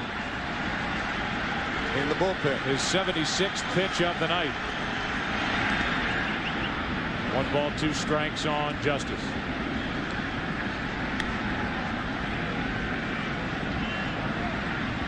Justice 0 for 2 with 2 strikeouts. The reason he's in the lineup and Paul O'Neill isn't is because of his history against Curt Schilling. And as you said back in the first inning, this is a different Curt Schilling than the pitcher David Justice has faced before. Different stuff. The forkball's better. His velocity is just incredible, to the point where Bob Brenly is stunned that in the 8th or 9th innings, as he's gone through this postseason with 3 consecutive complete games, he can still get it to the plate at 98 miles an hour. His velocity actually increases the last 3 innings. The 2-2 to Justice. It'll stay that way.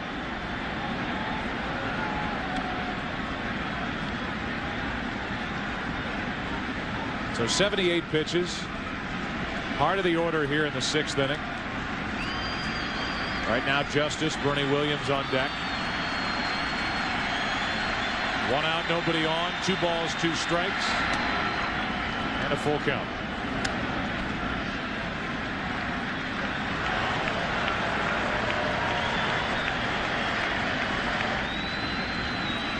Diamondbacks will turn to Randy Johnson tomorrow night. Yankees will turn to Andy Pettitte.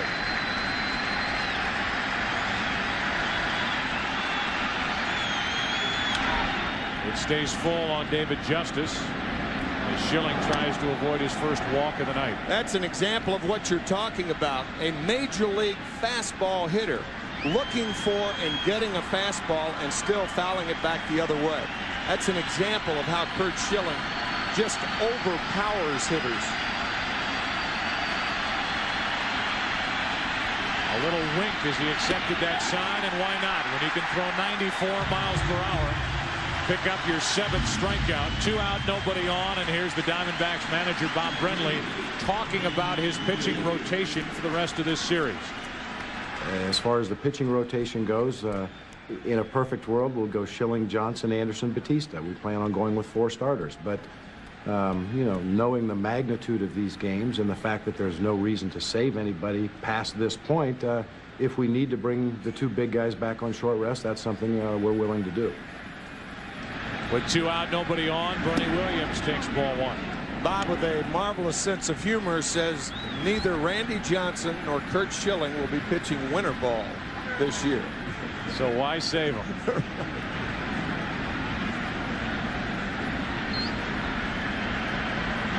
Randy Johnson, 6'10", 235-pound left-hander, is 2-0 against the Yankees in the postseason. That was back in 1995 in the division series. 1 start, 1 relief outing. 2 balls, no strikes on Bernie Williams.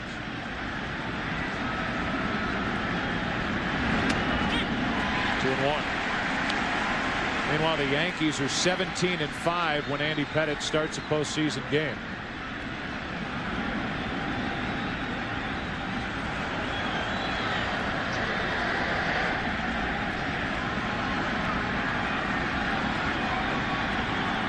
Bernie Williams hitting .271 now in his career in the postseason. Off the plate. Counsel in, backs up. Inning over. A 1-2-3 inning for Curt Schilling.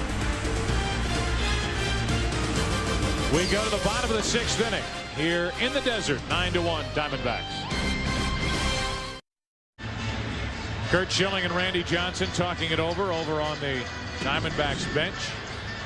Bottom of the 6th inning. Arizona bats Luis Gonzalez, Reggie Sanders, and Steve Finley. The 3, 4, and 5 hitters against Sterling Hitchcock, who had a perfect 5th inning, his first inning of work. Strike 1. Curt Schilling and Randy Johnson, professional friends. Curt Schilling has been helping Randy with his splitter. Johnson just started throwing it this year. Constantly talk between them. Gonzalez down the right field line. Foul ball.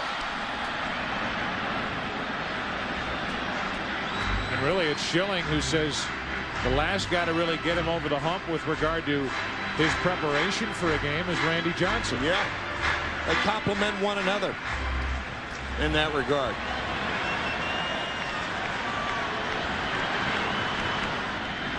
The 0-2 to Gonzalez. Chased it, 1 away. Not only does Curt Schilling talk to Randy Johnson between innings, but he talks to his catcher. Slider. Fastball. Slider. Slider. Okay, I'll go with the slider. And then he throws the slider to Bernie Williams. That missed. Pretty big advantage when you can tell a hitter what's coming and then do it. What are we missing? You know, sometimes pitchers don't realize they do things. A lot of times they'll want the ball outside to a left-hander, and they'll nod their head to the right, or their heads to the right. If they want it outside to a right-handed batter, sometimes they'll say they don't want to go through the sequence of signs again. So they'll nod to the left. They'll say, yeah, I want that pitch, but I don't want it there. Over the other way. Not all pitchers do that. Not many pitchers are good enough to do that and get away with it. That's right. Schilling is obviously one who is. And as you say, he may not even be aware he's doing I bet he isn't. You hear so many times about a struggling pitcher, and they'll say, well, we figured out that he was tipping his pitches by the way he held the ball in his glove. Schilling is just telling the hitter what's coming. I guess he's tipping his pitches. Here's tonight's box score for the Diamondbacks, brought to you by John Hancock. Hits, runs all over the place. Tony Womack, time he scored a run, he was hit by a pitch. Counsell a home run in the first inning. Gonzalez a 2-run homer to put the Diamondbacks up 3-1. Reggie Sanders a couple of hits. Damian Miller 2 out of 3 with an RBI. The home run by Gonzalez, a 2-run homer back in the third inning with a game tied 1-1. It's 9-1 as Finley takes ball 1, and Finley has been on base twice. He's hit the ball hard really 3 times. You see the postseason average of 361. He has been their most consistent, if not thrilling hitter. I think thrilling is Counsell. Consistent is Finley. 1-1. The layoff has not appeared to hurt the Diamondbacks. That's an understatement. Their last game, last Sunday night, clinching in Atlanta. Yet it's the Yankees who are used to having time off within a postseason, right, and cranking it back up. We walked into the Diamondback clubhouse yesterday and the day before. They were bouncing off the walls. They couldn't wait to get out there and play. At least 2 guys said, now we know what it's like for those NFL players who used to have to wait 2 weeks prior to the Super Bowl after the conference championship. But they have come out, they have been ready, and they have taken it to the world champion Yankees tonight. Finley strikes out, and Sterling Hitchcock has been perfect in his 2 innings of relief work, striking out 4 along the way. It's still 9-1. 7th inning now. Back after this from your local Fox station. It's the 7th inning. It's 9-1 Arizona. Thanks to a 4-run 3rd inning, a 4-run 4th inning, 9 runs on 9 hits, while the Yankees have only 3 hits. Schilling has retired 13 of 14 as he deals with Tino Martinez. Ball 1. That's pitch number 86 on the night. We've already stated our opinions that the Diamondbacks have to think about going to their bullpen if Schilling is a possibility for game 4, if the Diamondbacks, assuming they win here tonight, lose games 2 and 3. Saw Bob Brenly talking with his bench coach Bob Melvin. Bob Welch, the pitching coach, between innings, convening around the lineup card in the Diamondback dugout.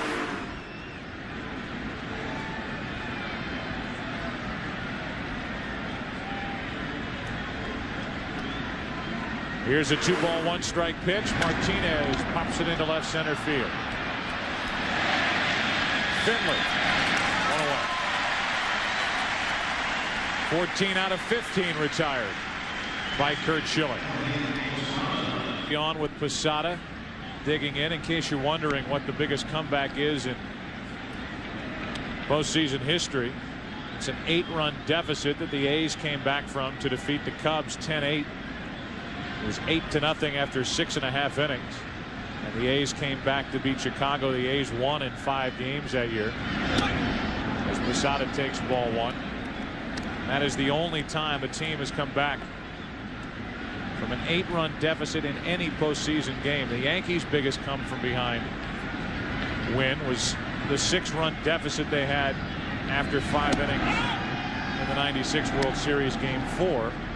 Game that was tied eventually on that 3-run home run by Jim Leyritz.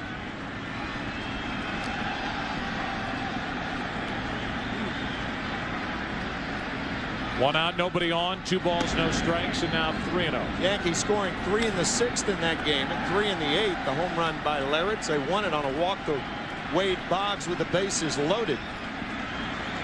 And they came back behind Andy Pettitte to win 1-0 in game 5, and then won game 6 at Yankee Stadium.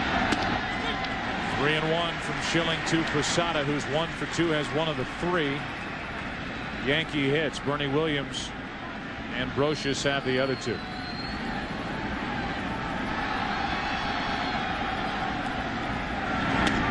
That's the first walk of the night from Curt Schilling, and it comes with 1 out here in the 7th. As you and I both know, Joe, having worked with Bob Brindley, we understand how quick a learn he is.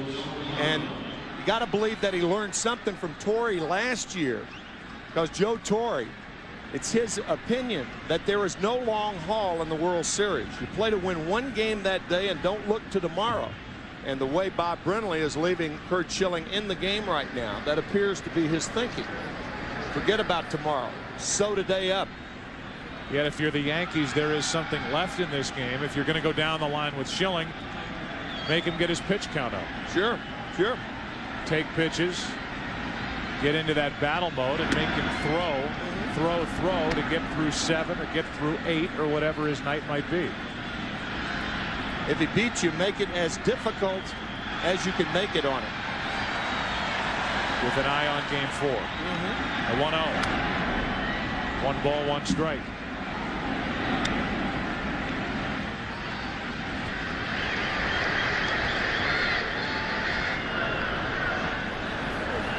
So Bob Brindley is trying to strike that balance between sewing up game 1, between sticking with Schilling, leaving him out there, and using that bullpen, getting some innings, and keeping the pitch count down, which is still under 100 for Schilling, but it's getting up around the 90 mark, with an eye on game 4 if the Diamondbacks are down in this series. 1 ball, 2 strikes on Soriano.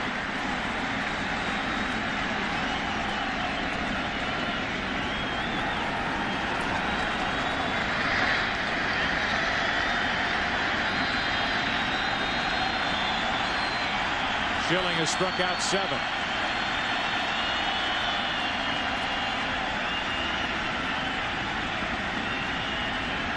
Again, he'll try to go out of the strike zone to get Soriano. If Soriano has a weakness, and he will get better at that, it's pitch selection with 2 strikes.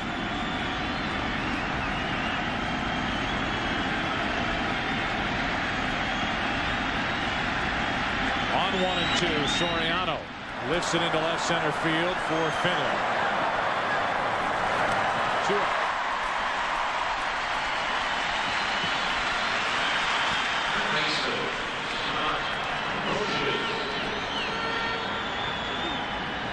Just to further the point, if Schilling gets through this top of the 7th inning and it stays 9-1, no matter if the Diamondbacks score in the bottom of the 7th inning or not, I personally would be surprised if Schilling went back out there for the 8th inning. Yeah, I would be too.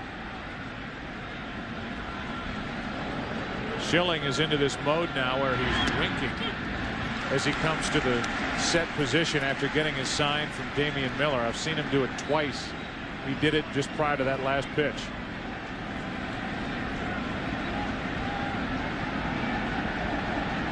Not that time. The 0-1.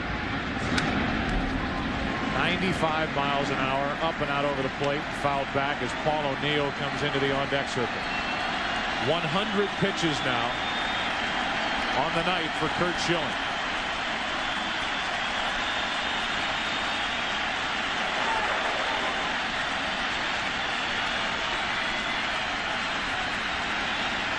There's an 0-2.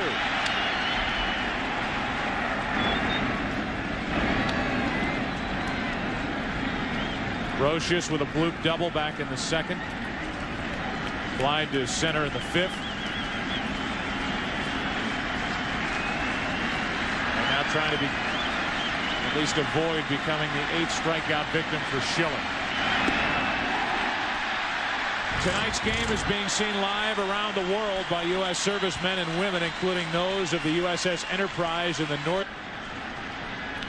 Please remember, Radio Shack is a collection site for the September 11th Fund, benefiting survivors, victims, families, and rescue personnel. The September 11th Fund is a collaboration of the United Way, the New York Community Trust, and the Council of Foundations. We welcome you back to the bottom of the 7th inning, a 9-1 Arizona lead in game 1. Matt Williams taking ball 1 from Sterling Hitchcock, who has been perfect in 2 innings of relief work. 2-0. And both Mike Morgan and Miguel Batista are warming. So Bob Brenly thinking, if I'm going to pinch hit for Curt Schilling, and Schilling's spot is due up fourth, I might as well get some production out of it. Williams gets a base hit up the middle. First hit for Matt Williams. He's also reached on an error and driven in a run with a sac fly.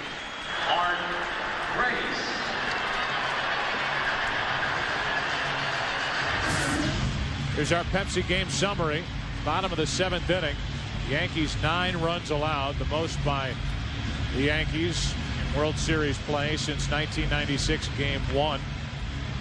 The numbers for Schilling, and he is likely finished. Gonzalez a 2-run homer and a double.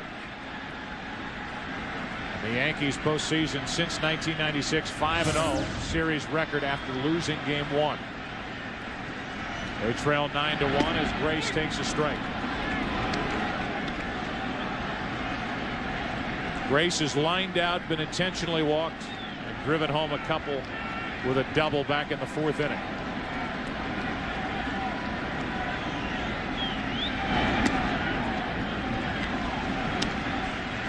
Just speculating, because the Diamondbacks appear to be having the best of both worlds tonight, winning handily and with the opportunity of resting Curt Schilling. 2-1. And bringing him back, maybe, and of course this is just speculation on my part, but bringing him back whether they're down 2-1 or up 2-1. That's the option Bob Brenly has with his ace right-hander. Grace hits it hard into right. Justice. 1 out. Mark Grace, who came into this game with a career postseason average of .356, has had good swings all night. The Yankees walked Grace back in the 3rd inning to get to Damian Miller. Runners on at 1st and 3rd, and 2 out. Miller doubled down the left field line. He's 2 out of 3.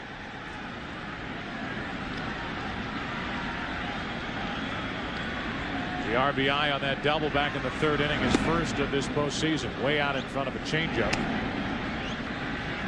0-1. Damian Miller with a very, very difficult LCS. Hit between the legs with a foul tip. The swelling has gone down. He's fine right now, but I was commiserating with him yesterday when the Diamondbacks were working out. And Damian said, there is no way my 6-year-old is going to be a catcher. No way. He said, so you'll be more inclined to give him a stethoscope instead of a mitt. He said, yep.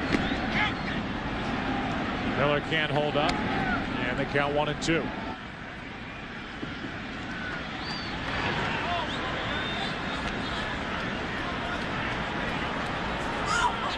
Jay Bell is in the on-deck circle. Barring a double play here in this 7th inning, it appears Bell will hit for Schilling. Miller strikes out, 2 out. 5th strikeout for Hitchcock, who has pitched well. Tomorrow it's Game 2 of the World Series, presented by Budweiser. The matchup of a couple of dominating left-handers. The Yankees send Andy Pettitte to the mound against the Diamondbacks' Randy Johnson. First ever World Series appearance for Randy Johnson. Game 2 of the World Series begins tomorrow at 7:30 Eastern, 4:30 Pacific here on Fox. Jay Bell announced as the pinch hitter for Randy Johnson. There'll be a special moment tomorrow night during the pregame show when Ray Charles will be here singing America the Beautiful. So tune in early tomorrow night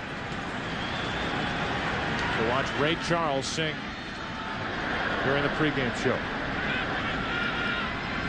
Batting for Schilling, it's Jay Bell. 1 on, 2 out, and that's foul down the left field line.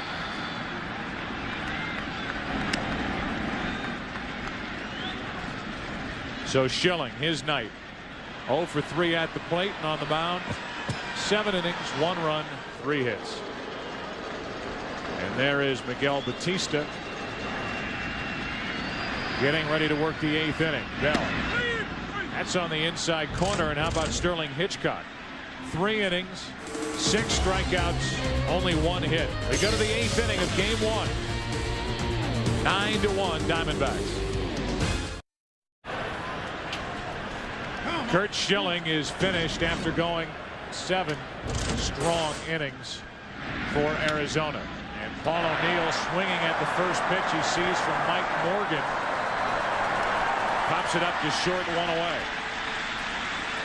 And Batista Morgan getting loose. It's Morgan who gets the nod, and there are the numbers this postseason for Mike Morgan, who came to the big leagues back in 1978. And has never been in a World Series, and there is nobody any happier than Mike Morgan. That's on both teams. Speaking of teams, he has been with 12 of them, as Mike Stanton, the left-hander, will be the pitcher in the bottom of the 8th for Joe Torre's Yankees. 1 out, nobody on. Knobloch takes a strike. Knobloch 0 for 3. He's popped up twice, grounded out. That was against Schilling. Again, Schilling 7 innings, 1 run, 3 hits, 1 walk, 8 strikeouts, hit a batter, and is in line for his 4th win of this postseason. In his 8th postseason start, about to up his record to 5-1.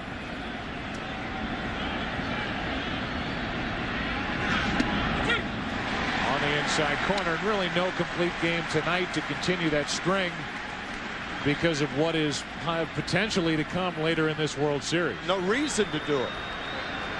I tell you, Joe, you look at the rosters of both these teams, the Yankees, with their remarkable success since 1996, and on the other side, staring at them, the only player who has played on a World Series champion is Craig Counsell, as a member of the Florida Marlins in 1997. Schilling has been in the series, but not on a winner. The 93 Phillies lost to Toronto. Swindell, the lefty. Batista still throwing down in the bullpen for Arizona. 2-2 pitch to Knobloch. Off the hands on 1 hop to Womack. Low throw, but out, 2 away.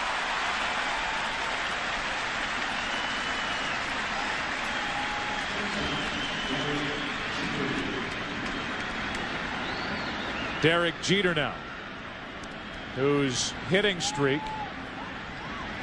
is in jeopardy here with this at bat. He's hit in 14 consecutive World Series games. He's been hit by a pitch, scored a run, grounded out twice.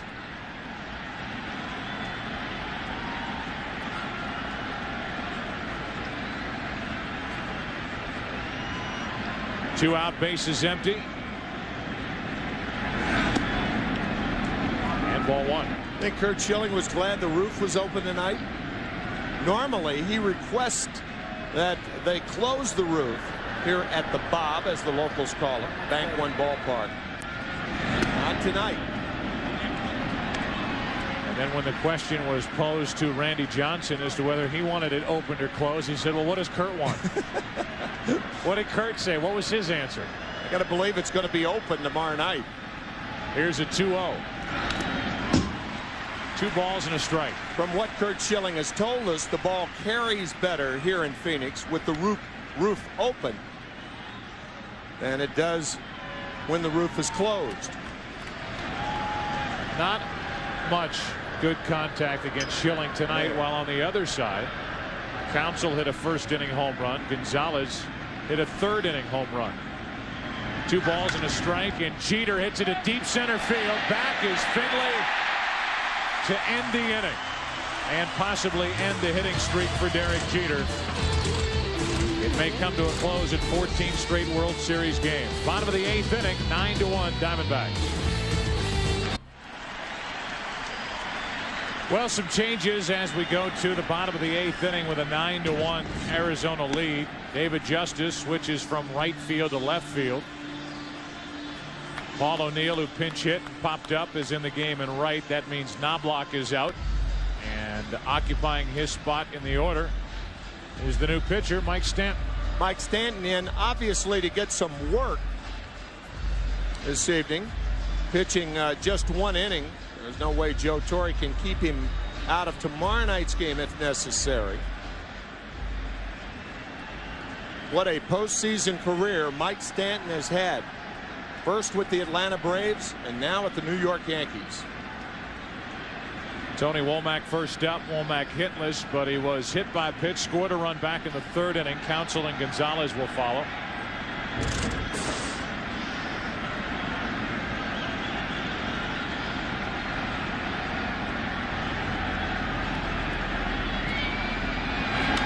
And he goes after the first pitch. Shallow left center. Bernie Williams. Nice running catch. 1 out. That'll bring in Craig Counsell, who's been busy here in game 1.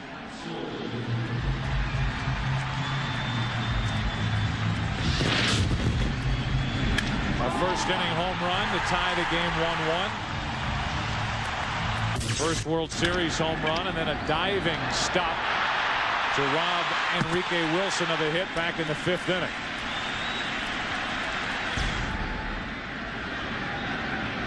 Here he is with 1 out, nobody on in the 8th. Ball 1 from Stanton. So this has got to be in the category of unexpected with this offensive outburst by Arizona coming in, averaging just over 3 runs a game in the postseason leading into this game 1 of the World Series. Overall hitting only .235. And facing a very difficult Mike Mussina, who for the last 5 weeks has been as hot as Curt Schilling or Randy Johnson.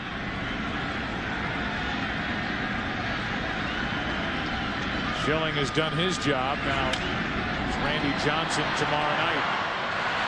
Good play by Soriano. First year at the position. And a good play to his right, 2 out. That brings in Luis Gonzalez, proud dad of triplets, born June 26th of 1998. Megan, Jacob, and Alyssa. And they love that home run that Daddy hit. A 2-run shot back in the 3rd inning to put the Diamondbacks up 3-1. They lead it 9-1.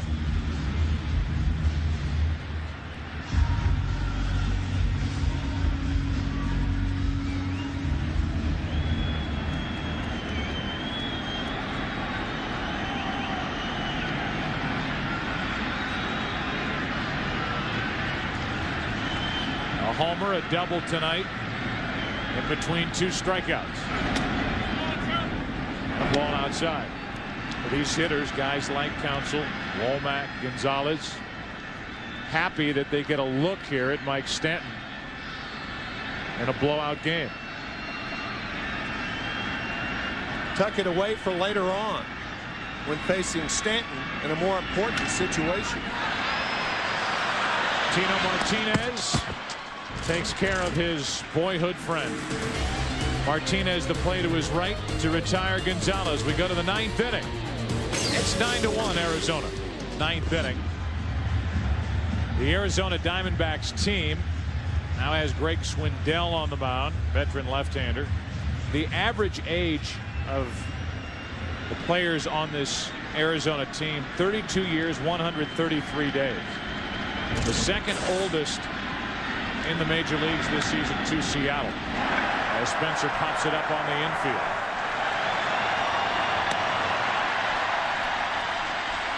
One out. There it is right here. You can see the position players. The 42-year-old Mike Morgan, the oldest on the team. Randy Johnson starts tomorrow. He's next oldest. Only 3 players on the roster from the original expansion list of players drafted back in 1997. November of 97. Only 5 players on this roster with any World Series experience. 1 out, nobody on. Bernie Williams. Strike 1.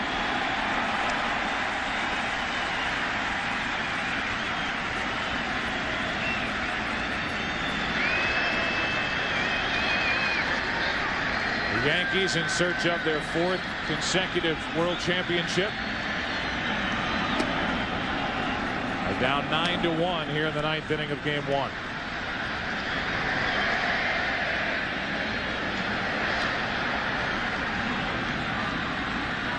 It'll be a different looking lineup tomorrow night for the Yankees against the hard throwing left-hander Randy Johnson.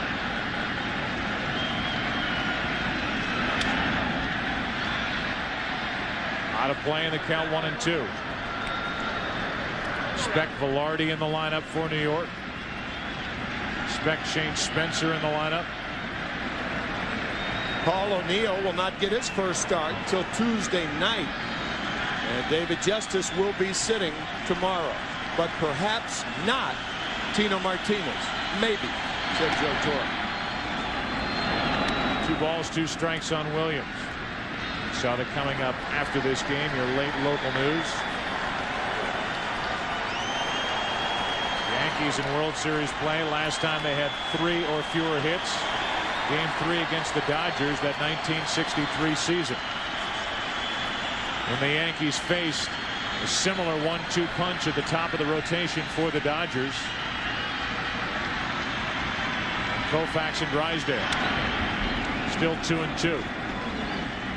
That was Drysdale's game. Sandy Koufax striking out 15 and beating the Yankees in game 1. And then it was Koufax who won the clincher in game 4. So Koufax with 2 wins, Drysdale with 1 in the 63 series. Padres got the other. Padres, Johnny Padres, right. 2 balls, 2 strikes on Williams, 1 out, nobody on. 9th inning. 2 out.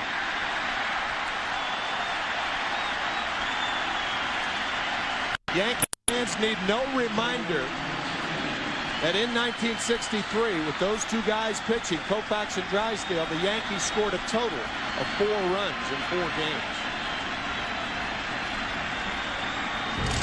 Tino Martinez now with 2 out, nobody on. Spencer popped up. Williams struck out.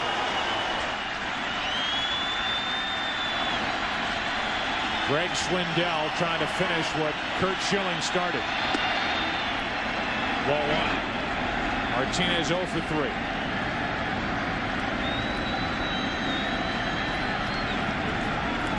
Joe Torre wanting to see the kind of at-bats that Tino Martinez got in game 1 before deciding if he would be in the lineup in game 2. That's foul. 1 ball, 1 strike. You have a lefty on a lefty right now with Swindell against Tino Martinez. But there is no left-hander in the world who can give you what Randy Johnson gives left-handed hitters. Fits.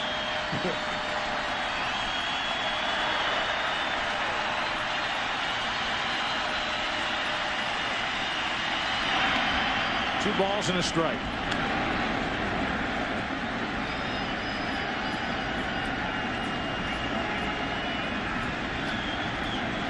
The Yankees facing their 4th consecutive different opponent in the World Series. San Diego, Atlanta, the Mets, now Arizona. And the Diamondbacks are 1 strike away from a 9-1 victory here in game 1. Behind Schilling.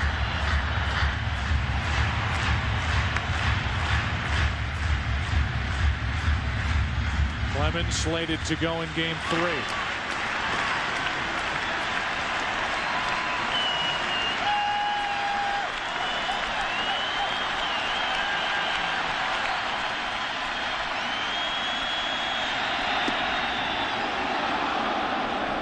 Three and 2.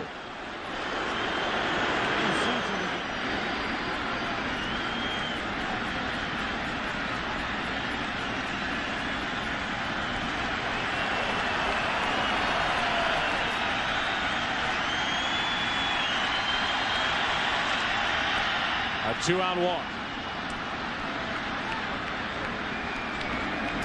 That'll bring in Jorge Posada. There is action for the Diamondbacks in their bullpen, but not with Posada coming up, the switch hitting catcher. Might think that odd, Greg Swindell throwing a slider on a 3-2 count when he's 8 runs down with 2 out in the 9th inning. But a lot of pitchers, Swindell included, think that they can get the slider over as well as they can the fastball.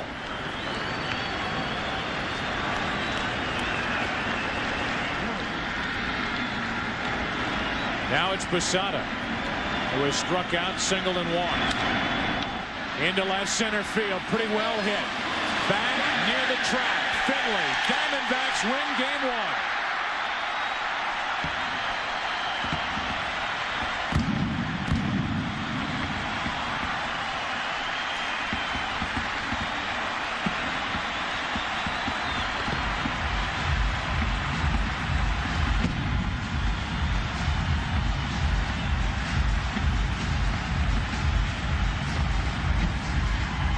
How many starting pitchers do you see go out on the field to shake hands with the guys who provided the offense? Not many.